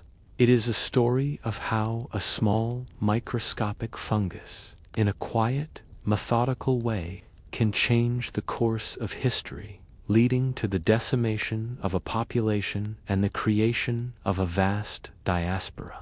What can the story of the Great Famine teach us about our own global food systems and the political and social fault lines that still exist today? Are we, in our modern, interconnected world, truly immune to such a catastrophe? When we think of the Roman Empire, our minds often turn to great feats of military conquest, magnificent aqueducts, and the brutal spectacle of the Colosseum. Yet, one of their most significant, and arguably most boring, achievements was their sprawling network of roads. This was not a story of heroic battles or political intrigue, but a quiet chronicle of hard labor, meticulous planning, and a series of simple, repetitive tasks that, when added together, created a system that would shape the course of European history for over a millennium. The story of a Roman road begins not with a grand vision, but with a series of mundane and practical decisions. The first step was not about laying stone, but about surveying the land. The Roman engineers, the agrimensors, were masters of this. They would use simple tools like the gramma, a device with a central pivot and 4 cross arms. Their goal was to build the straightest possible road, a detail that was not just for aesthetics but for speed and efficiency. A straight road meant a quicker journey for legions, merchants, and messengers. Once the route was surveyed, the real work began. This was not a job for a few men. It was a job for thousands. The Roman legions, when not engaged in warfare, were often put to work as road builders. They were a well-disciplined and organized workforce, perfectly suited for the repetitive, back-breaking labor required. They would first clear a path through forests and over hills, a task that required an immense amount of physical effort. The path was not just cleared, it was meticulously leveled and prepared for the layers of construction to follow. The construction of the road itself was a layered process, a detail that speaks to a profound understanding of civil engineering. The Romans knew that a road needed a solid foundation to last. The first layer was a trench, dug to a specific depth, which was then filled with large, flat stones. This layer, known as the stadamen, provided the base of the road and was crucial for drainage. A good road had to be dry. The Romans understood that water was the enemy of a road, and their roads were designed with a slight curve to allow rainwater to run off to the sides and into drainage ditches. The next layer, the rudis, was a mix of smaller stones, gravel, and sand, which was then compacted to create a solid, level surface. The third layer, the nucleus, was a finer layer of gravel and sand. Each layer was meticulously laid and compacted, a slow and methodical process that ensured the road would not sink or crumble over time. The final layer, the pavimentum, was the most recognizable part of the Roman road, a series of large, flat, paving stones. These stones were cut to fit together perfectly, and they were often so tightly packed that no mortar was needed. The result was a smooth, hard surface that was ideal for the heavy traffic of Roman carts and foot soldiers. The edges of the road were often marked with curbs and mile markers, a detail that made travel more predictable and efficient. The construction of these roads was a vast and seemingly dull enterprise, but it was a logistical masterpiece. It required a constant supply of materials, a well-organized workforce, and a deep understanding of engineering principles. The Roman roads were not just physical structures. They were the arteries of an empire, a system that allowed for the rapid movement of armies, the easy flow of commerce, and the spread of Roman culture and law. But what were the economic and social consequences of this network of stone, and how did a system so simple in its design manage to outlive the empire that built it, shaping the very geography of Europe? The Roman road network was a masterpiece of logistics and organization. The construction of these roads was not a random, piecemeal affair, but a centrally planned and executed project that spanned centuries. The process began in Rome with a series of edicts and a grand strategic vision. The emperor and his military advisors would decide where a new road was needed, often to facilitate a military campaign or to open up a new territory for trade. Once the decision was made, the legions were mobilized, and the project was put into motion. The construction of a Roman road was a massive logistical undertaking, a feat that would be impressive even by modern standards. It required a constant supply of materials, thousands of tons of stone, gravel, and sand. The materials were sourced from local quarries, and a vast network of laborers and cart drivers was organized to transport them to the construction site. This was a slow and painstaking process, but it was done with a military precision that was a hallmark of Roman engineering. The workforce for these projects was not just Roman soldiers. It also included slaves, local laborers, and even prisoners of war. The work was brutal and unforgiving, with men working in all weather conditions, from the freezing cold of the British Isles to the blistering heat of North Africa. Yet, the work was done with a level of discipline and organization that was a key to its success. The men worked in shifts, with each man having a specific task, from digging the trench to compacting the layers of stone. The work was overseen by a team of skilled engineers who ensured that every detail was done to the highest standard. The Roman roads were not just for military use. They were also the arteries of the Roman economy. They allowed for the rapid movement of goods, from grain and wine to pottery and textiles. A merchant in Britain could now transport his goods to Rome with a speed and efficiency that was previously unimaginable. This facilitated the growth of a vast internal market, a detail that was crucial to the prosperity of the empire. The roads also allowed for the spread of Roman culture and law. A Roman governor in a far-flung province could now be in constant communication with Rome, and a Roman citizen could travel across the empire with a relative degree of safety and speed. The Roman roads were a boring but essential part of the Roman experience. They were the silent, stone-paved stage on which the grand drama of the Roman Empire unfolded. They were a testament to the fact that some of the greatest achievements in history are not built by a single heroic act, but by the quiet, methodical work of thousands of people working together for a common purpose. But what happened to this vast network of roads when the empire that built them finally crumbled? Did they simply disappear, or did their legacy endure, shaping the very landscape of Europe for centuries to come?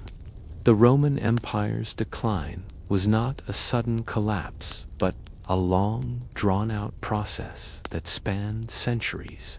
As the legions withdrew and the central authority of Rome weakened, the vast network of roads they had built was no longer maintained. Bridges crumbled, paving stones were plundered for other constructions, and grass and trees began to reclaim the meticulously engineered routes. For a time, it seemed as though this great achievement would be lost to history, swallowed by the forests and fields it had once crossed. Yet, the story of the Roman roads did not end with the fall of the empire. The roads themselves, a testament to Roman engineering, proved to be far more durable than the empire that built them. Their solid foundations, their deep layers of stone, and their careful drainage systems meant that many sections of the roads remained passable for centuries, even without maintenance. They became a ghostly but enduring part of the European landscape, a silent reminder of a past civilization. The legacy of the Roman roads was not just in the stone that remained. The roots of the Roman roads became the foundation for the road networks of the future. The medieval trade routes, the post roads of the early modern period, and even many of the modern highways of Europe followed the same lines that the Roman engineers had first surveyed. The roads had created a geography of movement, a logical network of connections that was too useful to abandon. Cities that had grown up along these roads, like London, Paris, and Cologne, continued to be important centers of trade and power because they were situated on a ready-made transportation system. The Roman roads had a lasting impact on more than just physical geography. They also had a profound and subtle effect on the political and cultural landscape of Europe. By facilitating the rapid movement of people, goods, and ideas, they helped to knit together a continent that had once been a patchwork of isolated tribes and kingdoms. The roads were a vehicle for the spread of Latin, Roman law, and Christianity. They were a tool of cultural homogenization, a quiet force that helped to shape the identity of what would become the nations of Europe. The very act of traveling on a Roman road was an experience of shared infrastructure, a silent acknowledgement of a common heritage. The story of the Roman roads is a lesson in the power of a boring but essential detail. It reminds us that the most significant achievements in history are often not the ones that are the most dramatic or glamorous, but the ones that are the most useful. The Roman roads were not built for show or for glory. They were built for a practical purpose, to connect an empire. In doing so, they created a legacy that outlived the empire itself, a system of stone that would continue to shape the course of history for over 1,000 years. The silent, crumbling roads of the Roman Empire prompt us to reflect on our own modern infrastructure. What are the mundane details of our daily lives that will have the most lasting impact on the future? Will our digital networks, our global shipping lanes, and our modern highways have the same enduring legacy as a simple system of stone? The Roman roads, in their quiet, methodical way, suggest that the most powerful legacies are often the ones that are built one stone at a time. When we envision the Roman military machine, we often picture the legions, the disciplined soldiers, the grand conquests, and the formidable siege engines. Yet, for all their power on land, the Romans were not a natural maritime people. Their navy, a crucial but often overlooked component of their empire, was not born of seafaring tradition, but of necessity. The story of the Roman navy is not a tale of heroic sailors or great naval legends. It is a more mundane chronicle of logistical genius, industrial scale production, and the quiet, repetitive work required to build and maintain a fleet. The central character in this story is the Roman trireme, a warship with 3 rows of oars on each side. The trireme was not a Roman invention. It was a design they borrowed and perfected from the Greeks and Carthaginians. It was a simple, yet highly effective, fighting machine. The heart of the trireme was its ram, a bronze-clad protrusion at the bow of the ship designed to smash into an enemy vessel. The ship's primary weapon was not a cannon or a ballista, but its own mass and momentum. The goal of a naval battle was not to sink the enemy ship from a distance, but to ram it, creating a catastrophic hole in its hull. The trireme was a marvel of ancient engineering, but it was also a marvel of human endurance. It was powered by a crew of up to 170 oarsmen, who worked in shifts, rowing in unison to propel the ship through the water. The life of a Roman oarsman was not a glorious one. It was a grueling, monotonous existence of back-breaking labor and a constant state of discomfort. They were not slaves, as is often assumed, but trained, professional sailors who were an essential part of the Roman war machine. The logistics of supplying a trireme were a constant, ongoing problem. A single ship required a vast amount of fresh water, food, and supplies for its crew. The Romans, with their typical focus on efficiency, developed a system of supply depots and fortified harbors along the coast of the Mediterranean. These harbors were not just places for ships to dock. They were logistical hubs where ships could be resupplied, repaired, and rearmed.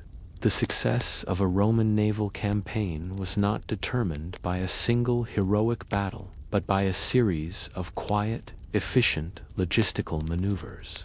The Romans also understood that a successful navy required more than just ships. It required a skilled and organized workforce to build and maintain the fleet.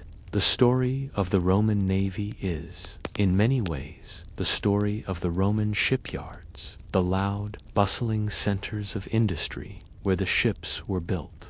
It was here, in the shipyards, that the Roman genius for mass production and standardization was on full display. The ships were not built one at a time, but in a series of planned, large-scale projects, with each ship built to a standard design.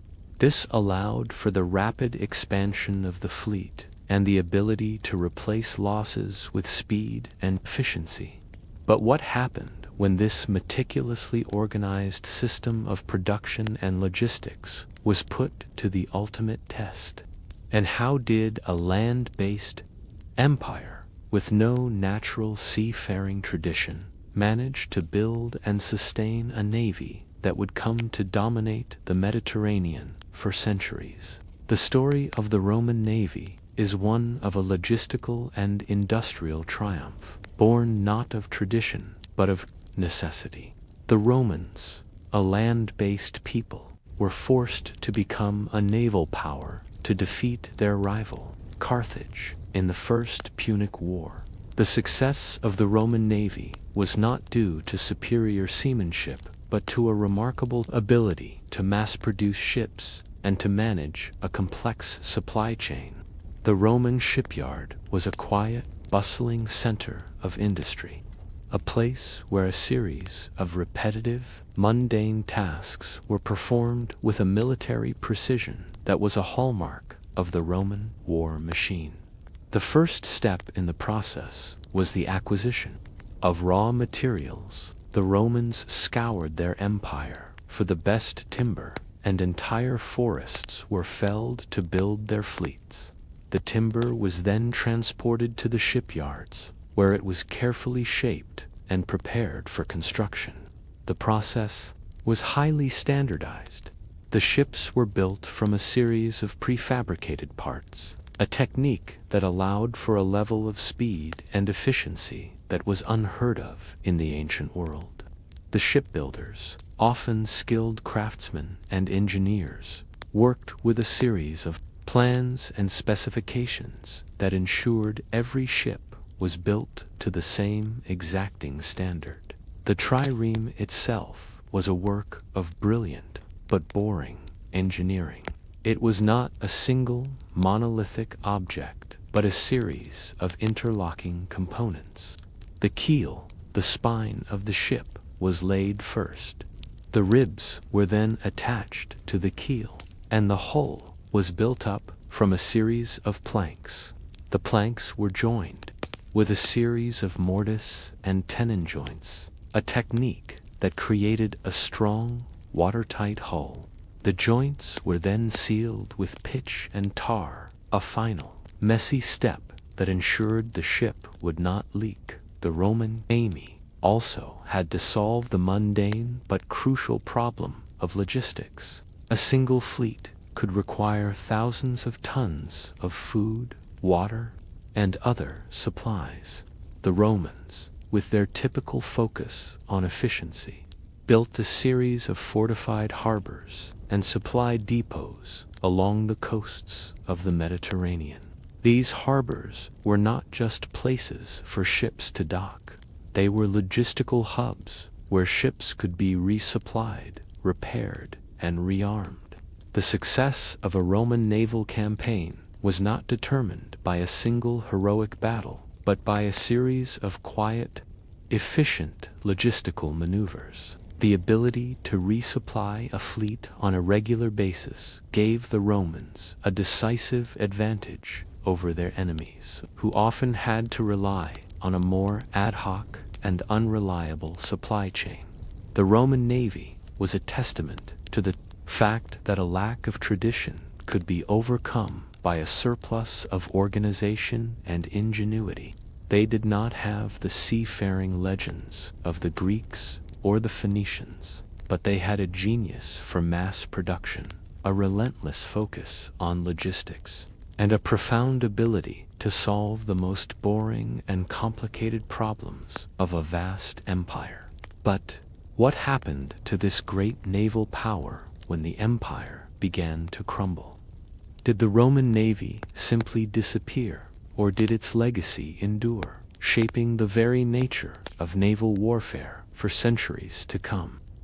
The decline of the Roman Empire was a long and protracted affair, and the Roman navy's decline was a microcosm of that larger collapse. As the central authority in Rome weakened, so too did the ability to maintain the vast and complex naval infrastructure.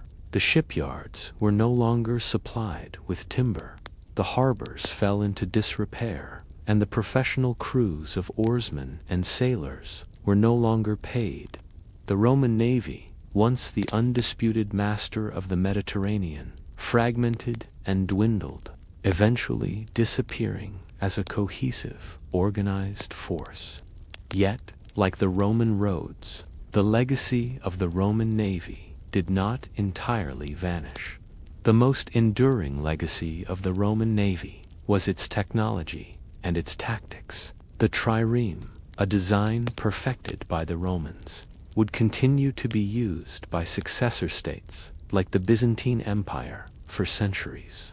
The Roman understanding of naval logistics, the importance of supply lines, fortified harbors, and organized fleets would also be passed down to later naval powers. The Byzantine navy, for instance, would adopt and adapt many of the Roman systems, using their fleets to protect their trade routes and to project power in the eastern Mediterranean. The Roman navy also had a subtle but profound impact on the nature of maritime warfare itself. The Roman method of using their ships as battering rams, and their reliance on a well-drilled army of sailors and soldiers, would influence naval tactics for centuries. The Roman navy was, in many ways, the first modern navy. It was a force that was built not on tradition or a single hero's courage, but on a system of mass production, logistical genius, and a meticulous attention to detail.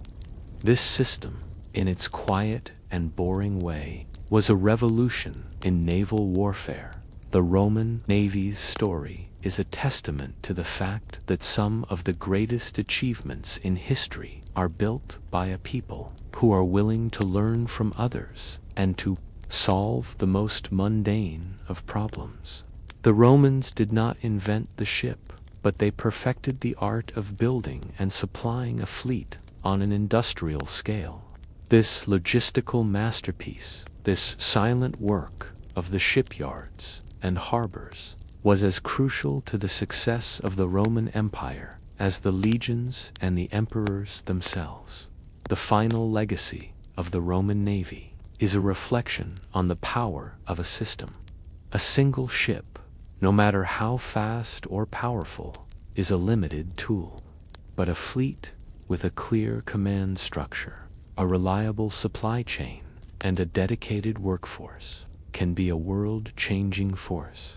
The Roman navy, with its quiet, methodical genius, reminds us that the true power of a society is not in its grand gestures, but in its ability to master the small, boring details that make a vast and complex project possible.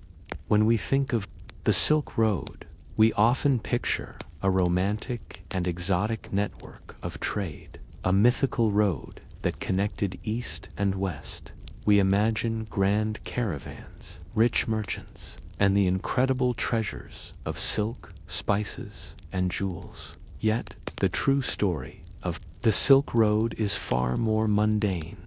It is a chronicle of a series of repetitive, back-breaking journeys, a story of the quiet resilience of men and animals, and a testament to the power of a logistics system that was as simple as it was effective. The Silk Road was not a single road but a vast network of land and sea routes, and its heart was not a city, but the humble camel caravan. The central character in this story is the Bactrian camel, with its 2 humps thick coat and remarkable ability to endure extreme temperatures and long periods without water. The Bactrian camel was perfectly suited for the harsh climate of Central Asia. The camel was not just a beast of burden. It was the engine of the Silk Road. A single camel could carry up to 500 pounds of goods, and a caravan could number in the hundreds, sometimes even thousands of animals. The success of a trade journey was not about speed, but about stamina and a deep understanding of the animal's needs. The organization of a caravan was a meticulous and rather boring affair. It was a small, self-contained community on the move, with a clear hierarchy and a set of rules. At the head of the caravan was the caravan master, a seasoned traveler who knew the routes, the oases, and the dangers of the journey. Below him were the camel drivers, men who spent their lives walking alongside their animals, tending to their needs and ensuring the safety of the cargo. The caravan moved at a slow, steady pace, covering an average of 20 to 25 miles a day. A journey from one major trading hub to another could take weeks or even months. It was a test of endurance, a long, repetitive journey across a desolate landscape. The cargo itself was often far less glamorous than we imagine. While silk and spices were the high-value goods that made the journey profitable, the bulk of the trade was in more mundane items. Goods like wool, glass, metals, and everyday pottery were transported alongside the luxuries. This mundane trade was the true economic engine of the Silk Road. It was a constant, low-level flow of goods that connected a vast and diverse region, a silent and boring network that shaped the daily lives of millions of people. The life of a Silk Road traveler was not one of adventure and romance. It was a life of quiet hardship, of sandstorms, extreme cold and heat, and the constant threat of banditry. The caravan was a haven, a small island of safety in a vast and dangerous world. The men would sleep under the stars, their camels gathered. Around them, a small fire providing warmth and a sense of community. The sounds of the caravan, the creaking of saddles, the padding of camel hooves on sand, the quiet conversations of the drivers were the soundtrack of the Silk Road. But what happened when these caravans, moving so slowly and methodically, reached a place of rest? What was the silent, crucial role of the oases in this vast network of trade? And what did the daily life of a caravanserai, the inns of the Silk Road, reveal about the true nature of this global network? The vast, arid deserts of Central Asia would have been impassable without a series of vital and predictable rest stops. The oases, these small, green islands of life in a sea of sand, were not just places for a drink. They were the logistical hubs of the Silk Road. The story of the oases is a quiet, unsung one, a chronicle of the mundane, but essential work required to keep a global network of trade moving. The oasis was a place of rest, resupply, and, most importantly, a place of safety. The heart of an oasis was the caravanserai, a large, fortified, and designed specifically for the needs of a caravan. The caravanserai was a marvel of simple, practical engineering. It was a large, square building with thick walls, and a single, heavy gate. Inside, there was a central courtyard where the camels could rest and be unloaded. Around the courtyard were a series of small rooms for the merchants and their drivers, as well as stables, storage rooms, and a well. The caravanserai was a self-contained world, a fortress against the harshness of the desert, and a safe haven against bandits. The daily life of a caravanserai was a rhythmic, almost boring routine. When a caravan arrived, the gate would be opened, and the animals would be led into the courtyard. The camels would be unloaded, and the merchants and drivers would get to the business of rest and resupply. The caravanserai provided a crucial set of services: fresh water for the animals and the men, food and fodder for the journey ahead, and a place for merchants to trade with one another and with the local population. It was here that information was exchanged, news was passed along, and deals were made. The caravanserai was a quiet, constant engine of commerce, a place where the human side of the Silk Road unfolded. The role of the oases in the Silk Road cannot be overstated. They were the lifeline of the network, the essential checkpoints that made the journey possible. A caravan could not simply travel in a straight line. It had to move from one oasis to the next, a series of predictable stops that determined the speed and the duration of a journey. The oases were also a crucial part of the Silk Road's economic ecosystem. They were not just places to rest, they were also centers of local trade. The local population would sell their goods to the passing merchants, and the merchants, in turn, would buy local products to sell further down the road. This created a complex, interconnected network of local and international trade, all fueled by the simple, repetitive movement of caravans from one oasis to the next. The story of the oases and the caravanserais is a story of a system that worked. It was not a system of grand plans or advanced technology, but a system based on a deep understanding of the environment and a simple, yet effective, method of logistics. The Silk Road was a testament to the fact that a vast global network can be built on the back of a series of small, quiet, and rather boring details. But what was the true, enduring impact of this great network of trade on the cultures it connected? And how did a system so simple in its design manage to shape the course of history for over a millennium? The Silk Road was more than just a network for trading goods. It was a conduit for the movement of ideas, cultures, and religions. While the most visible trade was in luxury items like silk and spices, the true, lasting legacy of the Silk Road was in the quiet. The network facilitated the spread of technologies like papermaking and printing, which had a profound impact on the development of societies in the West.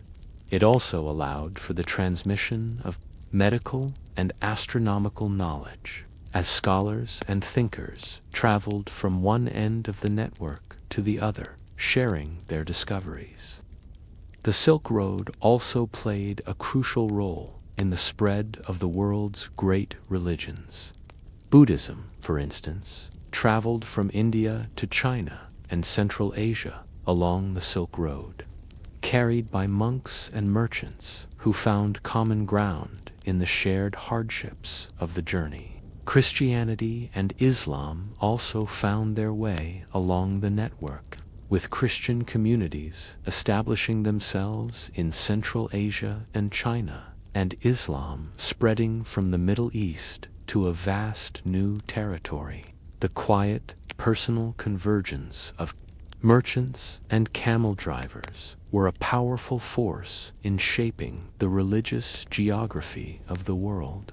The Silk Road was not a single, grand project like the Roman roads. It was a fluid, organic network that grew and adapted over centuries. Its success was not due to a central authority, but to a series of small, individual acts of courage and cooperation. The merchants and camel drivers who traversed the routes were the unsung heroes of this story, their quiet perseverance and ingenuity making a global network of exchange possible. The Silk Road reminds us that globalization is not a new phenomenon. It is a process that has been shaping human history for millennia. Often in the most boring and methodical of ways, the decline of the Silk Road was not a sudden event. It was a gradual process brought about by a combination of factors. The rise of powerful, centralized empires, like the Mongol Empire, initially revitalized the network, but their eventual collapse led to a period of political instability that made the overland routes too dangerous. The development of new maritime technologies and the discovery of new sea routes in the 15th and 16th centuries also made the overland routes less profitable. The sea routes were faster, more efficient, and could carry a far greater volume of goods. The Silk Road, a network of slow-moving caravans, was eventually made obsolete by a faster, more efficient technology. The legacy of the Silk Road is a reflection on the nature of history itself. It reminds us that some of the most significant changes in human society are not brought about by grand, dramatic events, but by the quiet, methodical movement of people and goods. The Silk Road, in its dusty, repetitive, and often boring way, was a powerful force for global connection and exchange, a testament to the fact that a series of small, mundane details can, when added together, create a legacy that shapes the course of history for centuries to come. When we gaze upon a great medieval cathedral, we are often struck by its soaring arches, intricate stained glass windows, and breathtaking scale. We see the hand of a master architect and the vision of a powerful bishop. Yet, the true story of these monumental buildings is far more mundane. It is a chronicle of a vast and unseen workforce, of simple tools, and of a series of repetitive, back-breaking tasks that, when added together, created a masterpiece of human ingenuity. The story of a cathedral is not just about its divine purpose. It is about the quiet, earthly work that made it possible. The construction of a cathedral began not on a grand blueprint, but in a dusty, noisy quarry. The stone, the very bones of the building, had to be sourced from a local quarry and then transported to the construction site. This was a logistical challenge of immense proportions. The stones were often of colossal size and weight, and the technology for moving them was rudimentary at best. The journey from the quarry to the cathedral site could take days or even weeks, with men and oxen pulling and pushing the heavy stones over rough terrain. This was a slow, methodical process, a series of small, grinding movements that, when combined, made a monumental project possible. The central figure in this story is the stonecutter, a highly skilled but largely anonymous craftsman. The stonecutter's life was a quiet, repetitive one, spent shaping rough stone into the precise blocks and intricate carvings required for the cathedral. His tools were simple, a series of hammers, chisels, and mallets. He would first square up a large block of stone, a process of carving the stone into a perfect cube. This was a crucial first step, as a perfectly squared stone was essential for the stability of the building. Once the stone was squared, he would then begin the more detailed work of carving the block into a specific shape, whether it was a simple rectangular block for a wall or an intricate capital for a column. The work of the stonecutter was not just a matter of skill, it was a matter of knowledge. The stonecutters had an intimate knowledge of the different types of stone, their strengths and weaknesses, and how they would react to different types of weather. They knew that a certain type of stone, while easy to carve, might not be suitable for an exterior wall, as it would crumble in the rain.